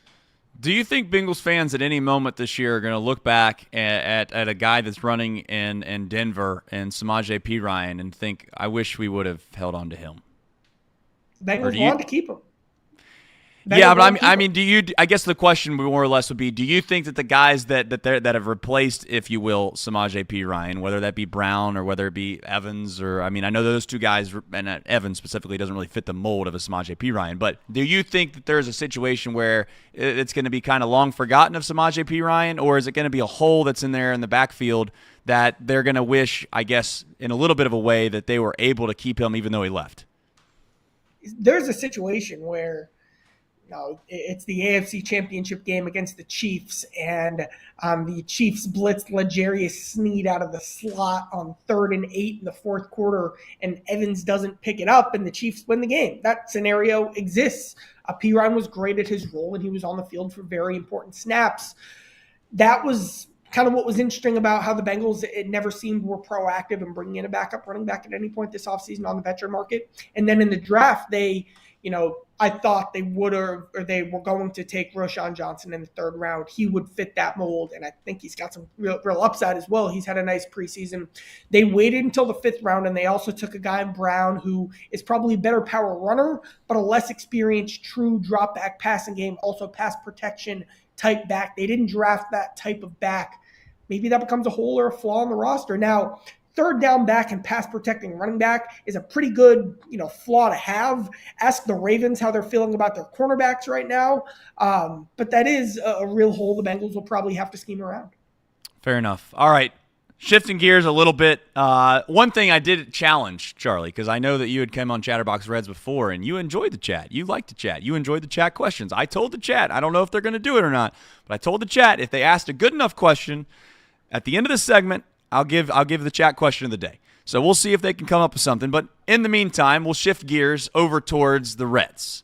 I I don't want to say the wheels start to feel like they're falling off per se, but it definitely feels like the fuel tank is starting to get low. You're around this club a good amount of time. Do you feel like the energy level is significantly different, or I guess maybe not significantly, but different than it was obviously during their run maybe a month and a half ago when it seemed as if nothing could go wrong? Obviously, the energy level is different when, there's the music playing in the clubhouse and you're winning your 12th straight game compared to, what was that in the post-game clubhouse last night. I don't get a sense that the vibe is different. What is different is the production. Earlier in the season, the Reds, one example that comes to mind, after last night's game, the Reds had more options who were playing better against left-handed pitching. The Reds have India on the IL. Senzel used to be great against lefties. He's now in AAA. Stevenson's in the slump he's in.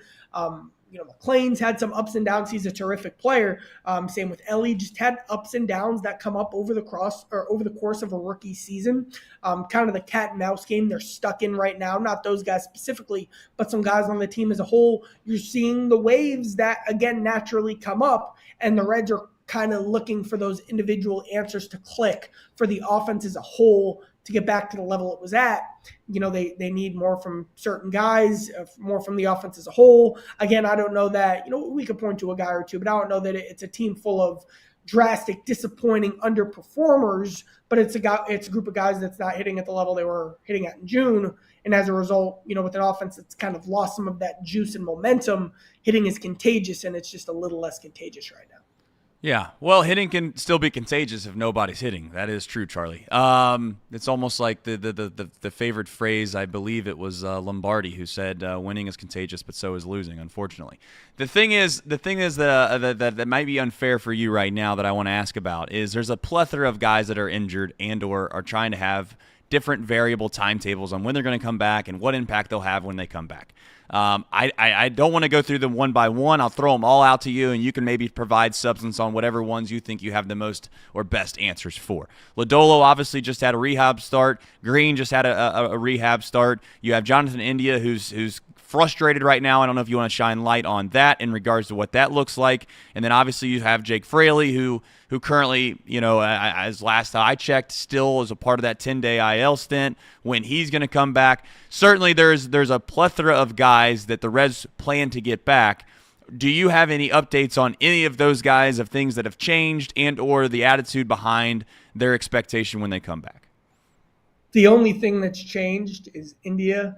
That was a fascinating conversation we had with India yesterday, saying things like it didn't have all the information, basically saying things were mishandled because if he said this, if he was off his feet and not running for 2 weeks from when he went on the IL, he would have been back yesterday, but he wasn't told that, but that was the information he got when he went to, get a second opinion, which he did over the weekend, and they said, why had you been managing it this way?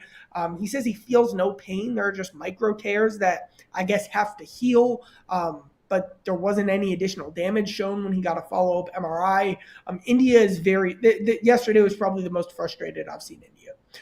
With how this was handled, with how he's not back on the field, with how he's not playing even though he feels no pain. Green probably back on Sunday. Lodolo still on that late August track. They have some off days and stuff, so they'll figure out which day that lines up to being. Fraley, he's still pretty much off his feet. He did some lying down, working on field and ground, or sitting down field and ground balls yesterday, but he's not moving around yet. The Tommy John guys, I'm hearing, don't expect them to come back and save the bullpen, but they're encouraged by their progress. So the Reds are getting healthier, but again, the India lingering IL stint is definitely the most interesting. What do you expect from the front office? Do you think that the vibe is continued to be, and I know perhaps Nick Krall can't say this out loud. Of course he can't say this out loud, but I just wonder, and again, I'm more or less asking you off of your own kind of personal belief system. This isn't, to be clear before I ask it, a gotcha thing or anything like that. But I just wonder, when you're around guys like Nick Krall, if they put off the attitude that is, hey, listen, I know everybody in the city is super excited about these guys, and they're playing maybe a little bit better than they expected to be played. But the truth is that we still feel confident and we're not going to change one thing about what we had planned on doing before this year as we move through this year, depending on how close we are to the playoffs or not how close we are to the playoffs. Do you get the sense from the front office and Nick Kroll that they're ecstatic or pleased based off what they've seen, and they're okay with the decisions, I guess, that they've continued to make, especially, I guess, not really going out and getting any pieces? And on top of that, David Bell sticking to, if you will, this platoon situation. Do you think that that's a collective effort between David Bell and Nick Kroll when it comes to the platoon situation? And is that, I guess, the expectation going forward with some of these guys? And they just know, for lack of a better term, they know that the guys that they're playing with right now probably aren't a part of the future, but they're just going to stick with it because that's just the part of the longer-term plan? There's a lot there. The platoon. I'll answer the platoon situation first, and then come back kind of with that second part. The platoon situation, I disagreed with the lineup yesterday. I would have Votto and Fraley and Friedel and Benson in there over guys who were called up over the last 2 weeks, even in left-on-left matchups like T.J. Hopkins. They couldn't find an at-bat for him in a week. And then he's starting over Joey Votto. I didn't agree with it. But the flip side is they ended up getting 2 at-bats against righties because you brought them in off the bench. It didn't pan out. But that's a question the Reds will have to answer. The plan as a whole, kind of what do you mean by that? You talking about the trade deadline? You talking about the offseason? You talking about the future, projecting forward? Kind of what do you mean? I'm saying in regards to the outside noise, and maybe it's a bad question, but I think that many times when we obviously interact with fans on a daily basis, a lot of it is frustration with the standpoint that they made it seem as if this front office should have gone out and done more.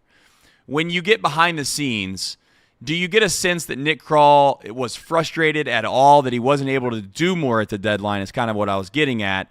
And some of that probably comes off the back of that, he's just maybe in the mindset that he's not really, I don't want to say not worried about the end of this year. He can't say that out loud, but do you get the sense that he just was happy with where they were at and he didn't want to jeopardize anything in the future based off of one singular year? Nick Kroll wanted to make a trade or more trades at the deadline. They wanted to add guys who were rentals or short-term pieces. They, I know some of the names behind the scenes. I've heard that teams were asking for, and I probably wouldn't have made those moves either. What I am more critical of is what they did last offseason. They had very limited financial flexibility from the payroll set by ownership, and as a result, the only pitcher they were able to sign was Luke Weaver to a $2 million deal. Weaver made one start in 2022, and obviously has not been what the Reds needed in 2023. We talk about how the plans changed. Well, the plan back then obviously wasn't for this to be a contending year like it has been, and I think the misreading on what the 2023 season was going to be, you wouldn't have had to give up anything in November for a starting pitcher who the exact same starting pitcher who you could have tried to trade for at the deadline and weren't able to because teams were asking for too much in return. Again, I get why they didn't make a move at the deadline. Again, I probably would have done the same thing with some of the names that were floating around, but kind of what's come back to bite them the most is how they approach the offseason. All right, last question I have that's more of a fun question, if anything. How many more fly balls in left field have to be misplayed and not seen before the Reds do something about the 6:40 start times?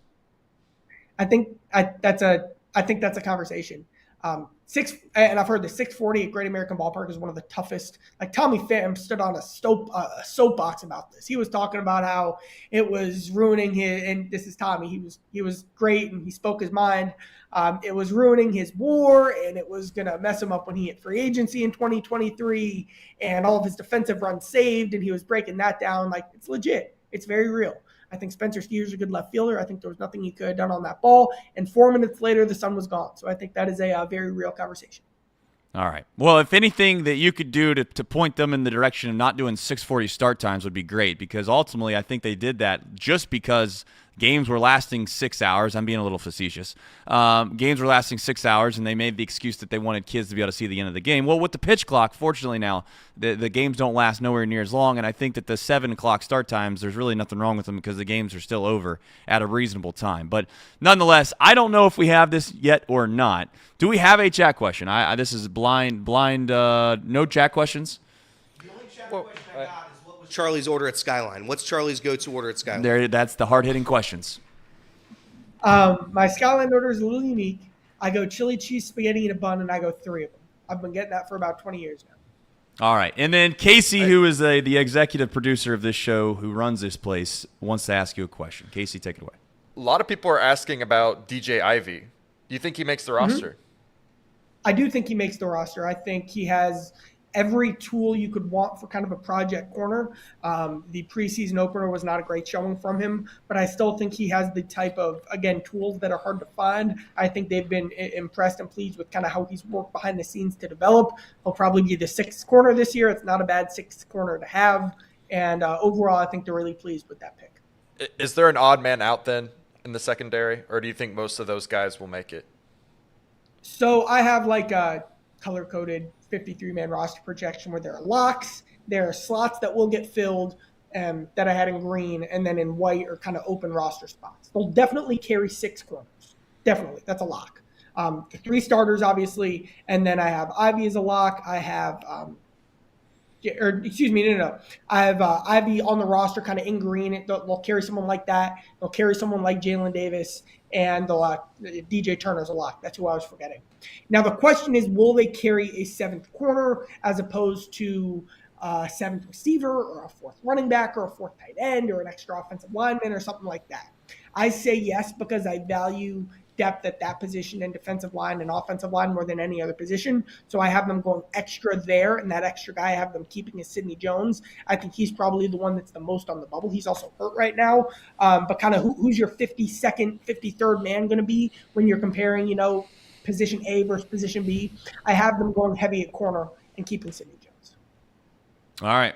Charlie the man, appreciate you coming on here and answering insightful questions, I think, from all various topics that are the Bengals and the Reds. I don't know when you sleep, per se, during this time of the year, especially when the Reds are relevant. I would assume that if there's ever a time where the Reds become elite and they play October baseball, your life will be a little bit different.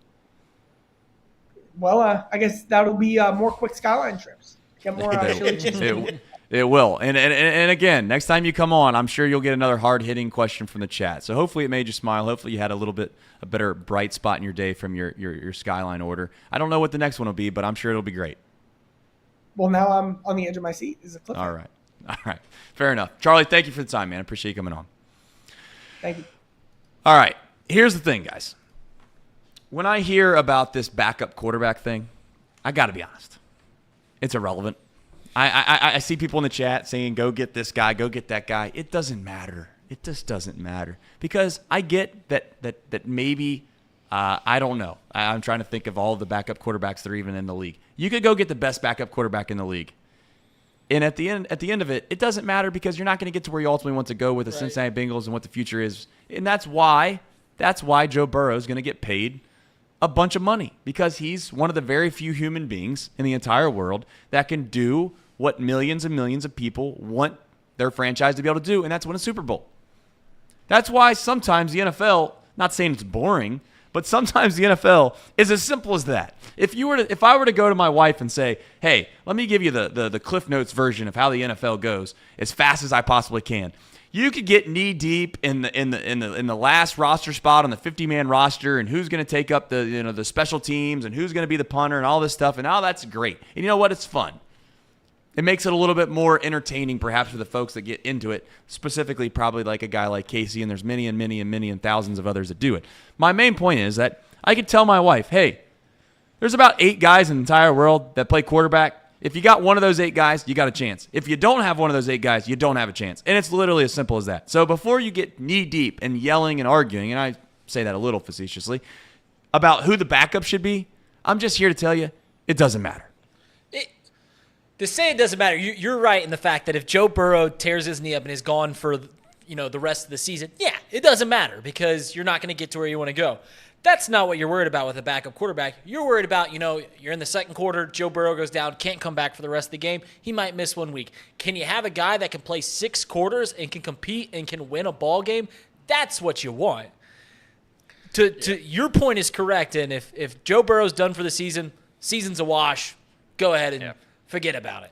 You just need a guy that can bridge the gap until Joe Burrow can come back. All right, you talked me off the ledge. I'll tell you why you talked me off the ledge. I'll let Casey expand upon his point that he's getting ready to make right now. You talked me off the ledge a little bit. Here's why. Because Chad Henne did come in to a playoff game, and he did lead them like 99 yards. Now, one would argue that they play in the best offensive system known to human mankind for playing football, and it's very, very advantageous to play quarterback in that system. But Chad Henne, to his point, did go 99 yards right off the bench and scored in a meaningful game in the playoffs. So I harken back a little bit on that take. That was going to point out. Oh, you were going to say that. Yeah. So I just beat you to the punch. I think there's definitely a role for the backup in the NFL. I don't think you should be out trying to have the best backup in the league. Right, you don't need to do that. But there's a difference between Brandon Allen and I don't know, Gardner Minshew, whoever's a backup elsewhere, right? I think there's a very big difference. If Joe Burrow, let's say he takes a hard hit, he needs to go out a couple snaps. There's just a difference between guys like Brandon Allen and guys who can play the position well. Would you rather the Bengals have as their backup Evan Prater or Baker Mayfield? Baker Mayfield. I'm taking him. I don't want Baker Mayfield in my clubhouse. I don't want Baker in That's the a nonsensical question. It's Baker Mayfield. It's Baker Mayfield. It's a nonsensical question. I'd rather Jamar Chase play quarterback for the second half. You laugh, but I would watch that too over that. Just put him in Wildcat. Let's run the Tim Tebow offense. I don't want Baker Mayfield. I don't want the Johnny. I don't want any quarterback that the Browns have drafted in the last 20 years to be the backup quarterback. Can I get out in front of something too? If Anthony Richardson ends up being a good NFL quarterback, I will openly admit that I am completely wrong, and I just did not see that coming from a million miles away. I know that there are speculations right now. There's excitement around the Colts and what they think they have, and they think that he's going to be maybe the brightest star of all the rookies. But we're talking about like 2 weeks of preseason football here. This isn't like this guy's played 6 games in the NFL and he looks amazing. He's done nothing yet. Is this a part? Are we a part of the Looney Tunes season right now to where people are getting a little bit of that? It's almost like, you mentioned it before, like just give me a little bit, just. Now it's a kid's show. I won't do it. But my point is they're sprinkling a little bit to you to where you're getting teased a little bit, and you're just so excited that you just start making outlandish takes, and you just love football so much that you just want it to be back so bad that you start saying that Anthony Richardson's going to be the best rookie of all the rookies, or is he possibly going to be the best rookie, Casey? Trace, I have a very, very hot take here. I think he will be the best rookie by far.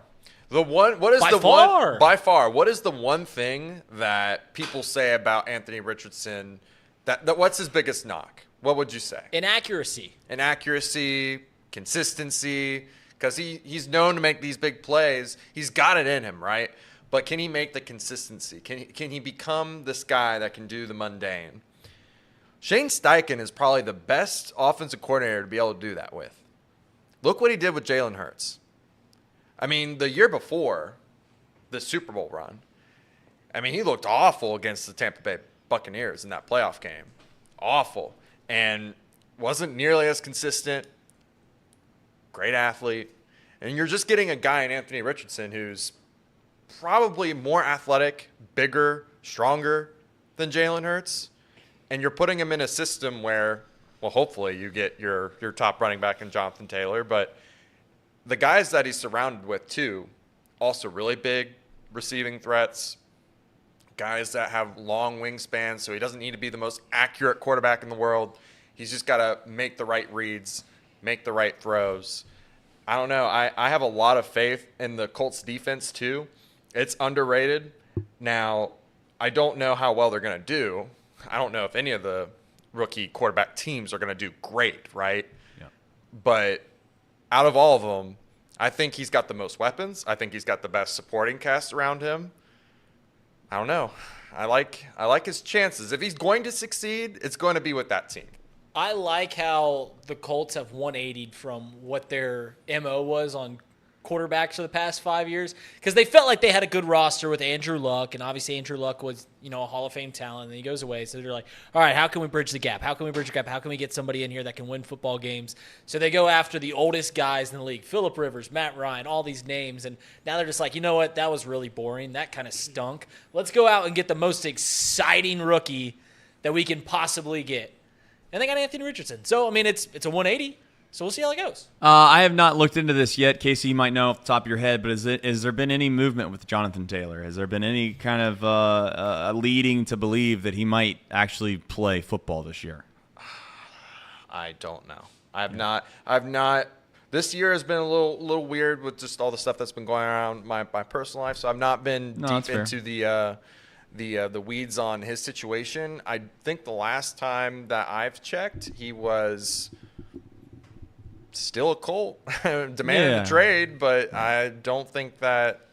I don't know. He might not play. He didn't give Minshew a high five at practice yesterday. I saw that video. I tried See that to. video? Yes, I did. What was He tried Irsay to. doing? I mean, what the hell? I mean, He's the worst. We talk about, the Reds ownership saying, where else are you going to go? Can you imagine the Reds ownership just outwardly going like, Joey Votto's in the prime of his career, and they just come out and be like, yeah, first basemen aren't that great. Yeah, we just don't see how first baseman can really change your team, anything like that. That would be crazy.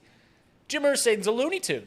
Yeah, it's a tough look for a team that hangs wild card losing banners up in their stadium rafters. So, yeah, I think Irsay's a clown. I think he's a bum.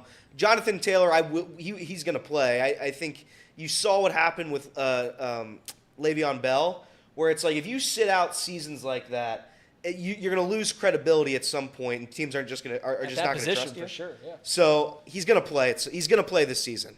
I think he's still hurt though. No, is he? I don't know.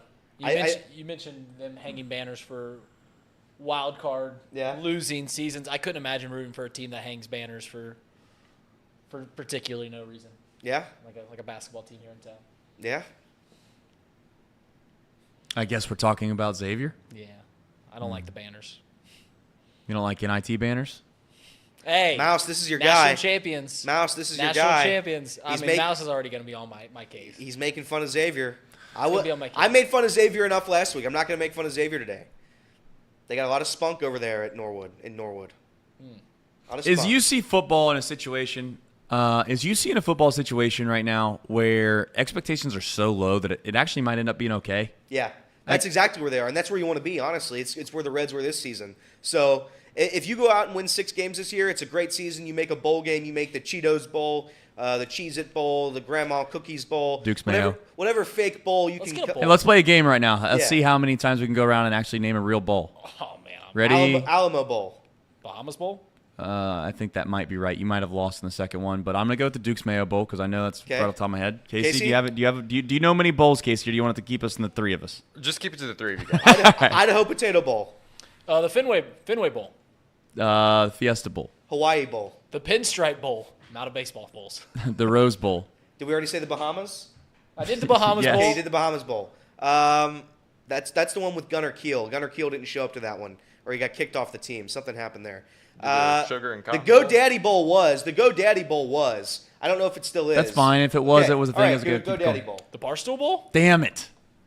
Sugar and Cotton Bowl? No, those are too good. Those are Orange Bowl? He just named all the Peach 3 Bowl? big ones, which are great. Those are good. I got to be honest, I'm at the end of my line here. I don't know anymore. I know that the one that you said was the Pinstripe Bowl. You said the Fenway Bowl. I said the Pinstripe Bowl. I said them both. I used the baseball ones. Of course, Reed would use the baseball ones right off the thing. Isn't there a Cheez-It Bowl? And There's a Cheez-It Bowl. There's definitely a Cheez. I said the Cheez-It Bowl. The Armed Forces Bowl.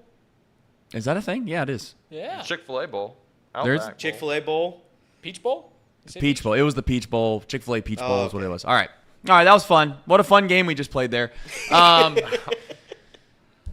Here's the thing. When you do this show every day, the last thing that I want to do is try to stretch the truth or stretch the ideas that we have in this room.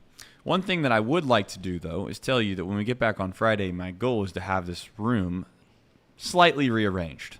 Slightly rearranged. I genuinely mean this. You can DM us. You can send us a message on Twitter. If there's things in which you think that you would perhaps enjoy that would be apparent, I think is the word I'm looking for, on this show, please let us know.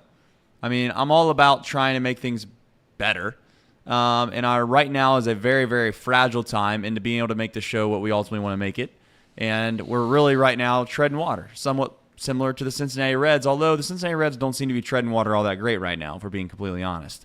But they are just one game back of the wild card. You must remember that. But the same goes with this show. We're just treading water here for a minute to get our bearings straight, to figure out what we want the show to look like moving forward. Obviously, when football comes around, that'll be a main topic of conversation, but just in general. I know many people, Ron specifically, wants to stick on sports. I think from time to time it'd be nice if we had a segment that was not specifically about sports, because I think we have people in this room that, I'm not just saying this, I think behind the scenes, if there was one thing that I could do maybe this is a call to action more than anything. I'd like to find interns that could just video us at all times, because I think the humor that exists around here is pretty elite. It's very funny. It's very funny. Now, I know people that usually say that they're funny people, or people that actually laugh at their own jokes. Those are most of the time losers, and they're not fun to be around. Lamos. But I'm just saying, in general terms, it's pretty funny around here. So, I'd like to figure out a way to use those personalities as much as we can, instead of talking about, who's going to be the backup quarterback for the Cincinnati Bengals, because I'm going to tell you right now, it doesn't matter. It doesn't matter. It doesn't matter. It's irrelevant conversations. We can sit here and act like the preseason matters. We can sit here and act like, who's going to be the 6th-string running back or the 6th-string corner. It's right. Running backs are they don't matter. In fact, I think that the Bengals are going to adopt here soon another theory, which is they don't even going to have a running back. They're just going to run 5 wide all the time, see how that works out. Tight end back there to block. But my main point of this whole entire spiel, if you will, spiel? I think it's spiel, is we want to make the show better. So however you think that could be the case, send us a message on Twitter, send us a DM, send us an email, contact@chatterboxsports.com. I promise you that email actually does get checked. We have some games coming Friday, too. I don't know. Not that we've already broken some news. We're doing Chatterbox Bengals, right? We do have something coming next week called The Chatter, which is going to be another podcast. I think that is also going to be very geared around sports, yes, but also culture. And those people are funny that do that show. And then on top of that, we have something called Chatterbox Bearcats. That's going to be similar to Chatterbox Bengals, but it's going to be geared around the University of Cincinnati, obviously. So, with that being said, I know it's 11:50. I know the show's supposed to go off at noon. But when I started this, Tom was asking me, well, what time do we have to go on? What time do we have to go off? I said, here's the beautiful thing about the internet, Tom. Let me tell you something. You can go off whenever you want. You can go on whenever you want. I don't have some stooge in my ear telling me right now that I have to get off air because I have commercials to run, which we do have commercials to run. Casey, cue those up. We got a cherry on top, too. And we also have a cherry on top. But I just want to say. Do we have a cherry on top? I just want to say. Yes, we do, Casey. We have a cherry on top, I guess. We don't know we have a cherry on top. Doesn't sound like we do, but I guess we do. We just if after you get through the ad reads, run the cherry on top music, then pan over to me. All right. We do have some ads we need to run. Here's the cool thing about the ads, though. They support this show, which supports us. We can pay our electricity bills at our house, which is a very good thing. And then after that, we can then come in here and talk about sports with all of you. And then you can be unproductive at your workday. And then when you're unproductive at your workday, you feel better about yourself because you've listened to the show, and it makes your life better too. So this isn't just a one-way street here. Our lives are better by these ad reads. Your lives are better by these ad reads. Casey, take it away. The Bengals Report is brought to you by Encore Technologies. Encore Technologies provides IT solutions for a data center world with a suite of services from mobile computing to desktop to data center, supporting both centralized and work-from-home computing modules to improve efficiency and productivity. Visit encore.tech. The path to innovation begins here. And let's see here. That's the best ad read we've done from all time. It is. And let me tell you. There's a new premium alkaline water out, Pawnee. And I have to tell you, this stuff tastes great. Made in Hamilton, Ohio, Pawnee water uses natural limestone filtration, unlike the artificial processing that many other brands use. The result is a healthy alkaline water that is also the best tasting water in the world. Visit the website at pawneewater.com. That is PAHHNI.water. Or no dot in between there. No dot in there. Just PAHHNI water.com. There's the dot. To see where you can buy this great tasting water. Love it. That was great, Casey. I mean, that's so elite. good. You're not going to find that on many other shows. Got to be honest. You're not going to find that. Let me tell you what I just seen. I just seen the Barry Larkin of all Barry Larkins. And what I mean by that is I seen the greatest ad read of all time. And I think then we followed it up maybe the worst ad read of all time. So I'm just maybe that is the Barry Larkin of all ad reads. We do have a cherry on top supposedly. We do. So run it and we'll figure out what Reed's going to do. I don't know.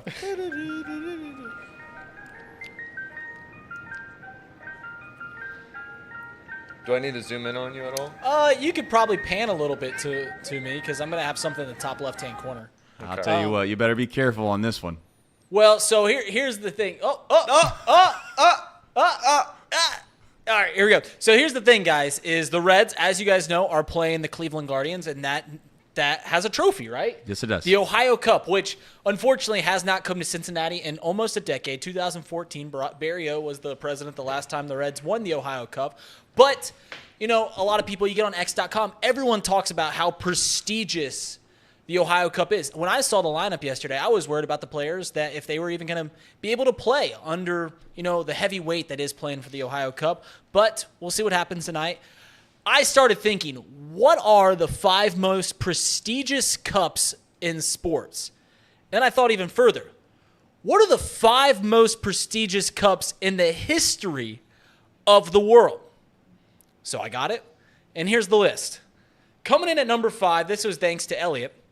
The 5th most prestigious cup in the history of the world is the Yeti Cup. And the reason the Yeti Cup is number 5 is because it's so versatile. If you guys have a buddy or something and you need to get them a gift, get them a Yeti Cup. It is a great gift. It's relatively inexpensive. I know it's a more expensive cup, but it's $25, $30, and you can use it for forever.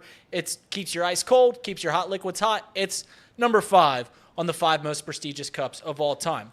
Coming in at number 4 in the world of sports, it's the Stanley Cup. Now, the reason that the Stanley Cup isn't as the most prestigious cup in sports is because, of course, the Ohio Cup exists. And also, and here in America, who really cares about hockey? It's always cool when they win and they drink the beer out of the cup. That's all cool and everything like that. But at the end of the day, it's just number 4. Coming in at number 3 as the 3rd most prestigious cup of all time, Tom Brady's. You take a sniff. Going into number 2. Oh, my God. Coming in at number 2 is the Ohio Cup. It's a great trophy. I think they got to get Chief Wahoo off the trophy because that's not the logo for the Indians or the Guardians anymore. Oh. So we got to get this thing back in Cincinnati. It's been 10 years since it's happened. 2014 was the last time that the Reds won this outright. You got to win 3 of the next. You got to win the next 3 games, or else it just stays in Cleveland for another year. We have an honorable mention for this top 5 cups of all time, and that is Lil Wayne's Styrofoam Cup. Don't ask what's in the cup. It's always double stacked. It's always something purple. It gets you where you need to go. Lil Wayne's Styrofoam Cup is the honorable mention. And number 1, men have died trying to find it. No one has found it to this day. It's been the plot point of one of the greatest movies of all time, Indiana Jones and the Last Crusade. It is the Holy Grail. Jesus drank out of this thing the night before he died. Everyone's been wondering it. Apparently if you drink out of it, you live forever. So, it's the number 1 cup of all time. So, guys, Ohio Cup coming in just behind the Holy Grail. Oh, man. Tom Brady's cup did it to me. I was not expecting it. Came out of left field. It was one of those situations where only Reed Mouse can come up with something like that. The guy that has all the bits of bits, the troll of all trolls, coming right out of the bridge. That's for right. Number 3. A beautiful rendition of the top cups by Reed Mouse. Thank you for that. That was funny. That was a good thing. I like that. All right. As always, here's the thing. I know what's going to happen every single time. I'm not doing it anymore. I don't want to do it anymore. I'm probably going to do it again if someone does it because I don't want to leave him hanging. But I'm serious. Someone in the chat is going to come on here and say, "Where's Tom? Where's Tom?" We know most of you know where Tom is. Obviously, Tom's dealing with a vocal cord situation. He'll be back when he's back. Okay, he's back when he's back. Until the meantime, we're going to hold the fort down. We're going to do our best. We're going to keep treading water. I told you, we're going to try to do such a good job on the show that you enjoy it so much that you demand us to do a show on top of a show because you think this show is fun. It doesn't mean it's better than Tom's. It just can be a different show. It's a different style of show because I genuinely am nowhere near as talented as Tom when it comes to sit up here and give some poetic, perfect monologue. I can't do that. I don't have time in the day to do that. And I think that perhaps some people don't mind us just going around the room acting like idiots. Yeah. Could be a fun day. Go back to being productive at your work. All right. Tell your boss that you're really proud of them, that you really love working at their company, and seeing if that helps in any way, shape, or form because you've been unproductive for the last 2 hours. But in the meantime, I just want to say we'll be back better than ever on Friday because tomorrow we get to see Elliot try to do Z Brazilians from the top of the drop tower. He said he doesn't like that. He doesn't like that ride. I don't think I can do that ride. I don't think I can do that ride. I think he can do that ride. I don't think I can do that ride. I think I can talk him in. We're going to have to pick a different ride. I think we're going to have to pick a different ride. Listen, Adventure Express. No, of all of the rides, to do a Z Brazilian Air on, okay, if you're going to actually do it, That's the ride to do it on because you're not going to Slingshot lose your legal. phone. There's probably Yeah, you are. What do you mean you're not going to lose your phone? That's the ride that you lose your phone the most. No, absolutely moving not. a lot. Absolutely not. You're not moving a lot. You're just falling. You're just falling. That's also the only one where if you drop your phone, it's going to hit somebody in the head and it's going to hurt them. No, disagree. That's not true either. There's many What do you rides. mean there. that's not true? All right, I'll get Elliot in line. Okay, I'll get Elliot in line. If he doesn't want to do the Z Brazilianaires from top of the drop zone, then that's fine. He'll give you the Z Brazilianaires from wherever he gives it to you from. But in the meantime, we will blog it tomorrow all day long. We're going to blog the thing. We're going to make sure it's not blog, it's vlog. Vlog. We're going to vlog the whole thing. We're going to make sure that we have shot for shot this golf match tomorrow. We're going to do our best not to spoil it because Elliot wants to make sure that it's a very, very nice edit. We want it to look good. Like most things around here, we like it to look good until it takes too much work, and then we decide, whatever, hell with it. It'll work. That's probably the way it's going to go. We'll see how it turns out. But nonetheless, it's a lot of talking to say. We'll be back on Friday. Much love to all of you. And for those that watch Chatterbox Reds, I'll see you soon. Take care, everybody.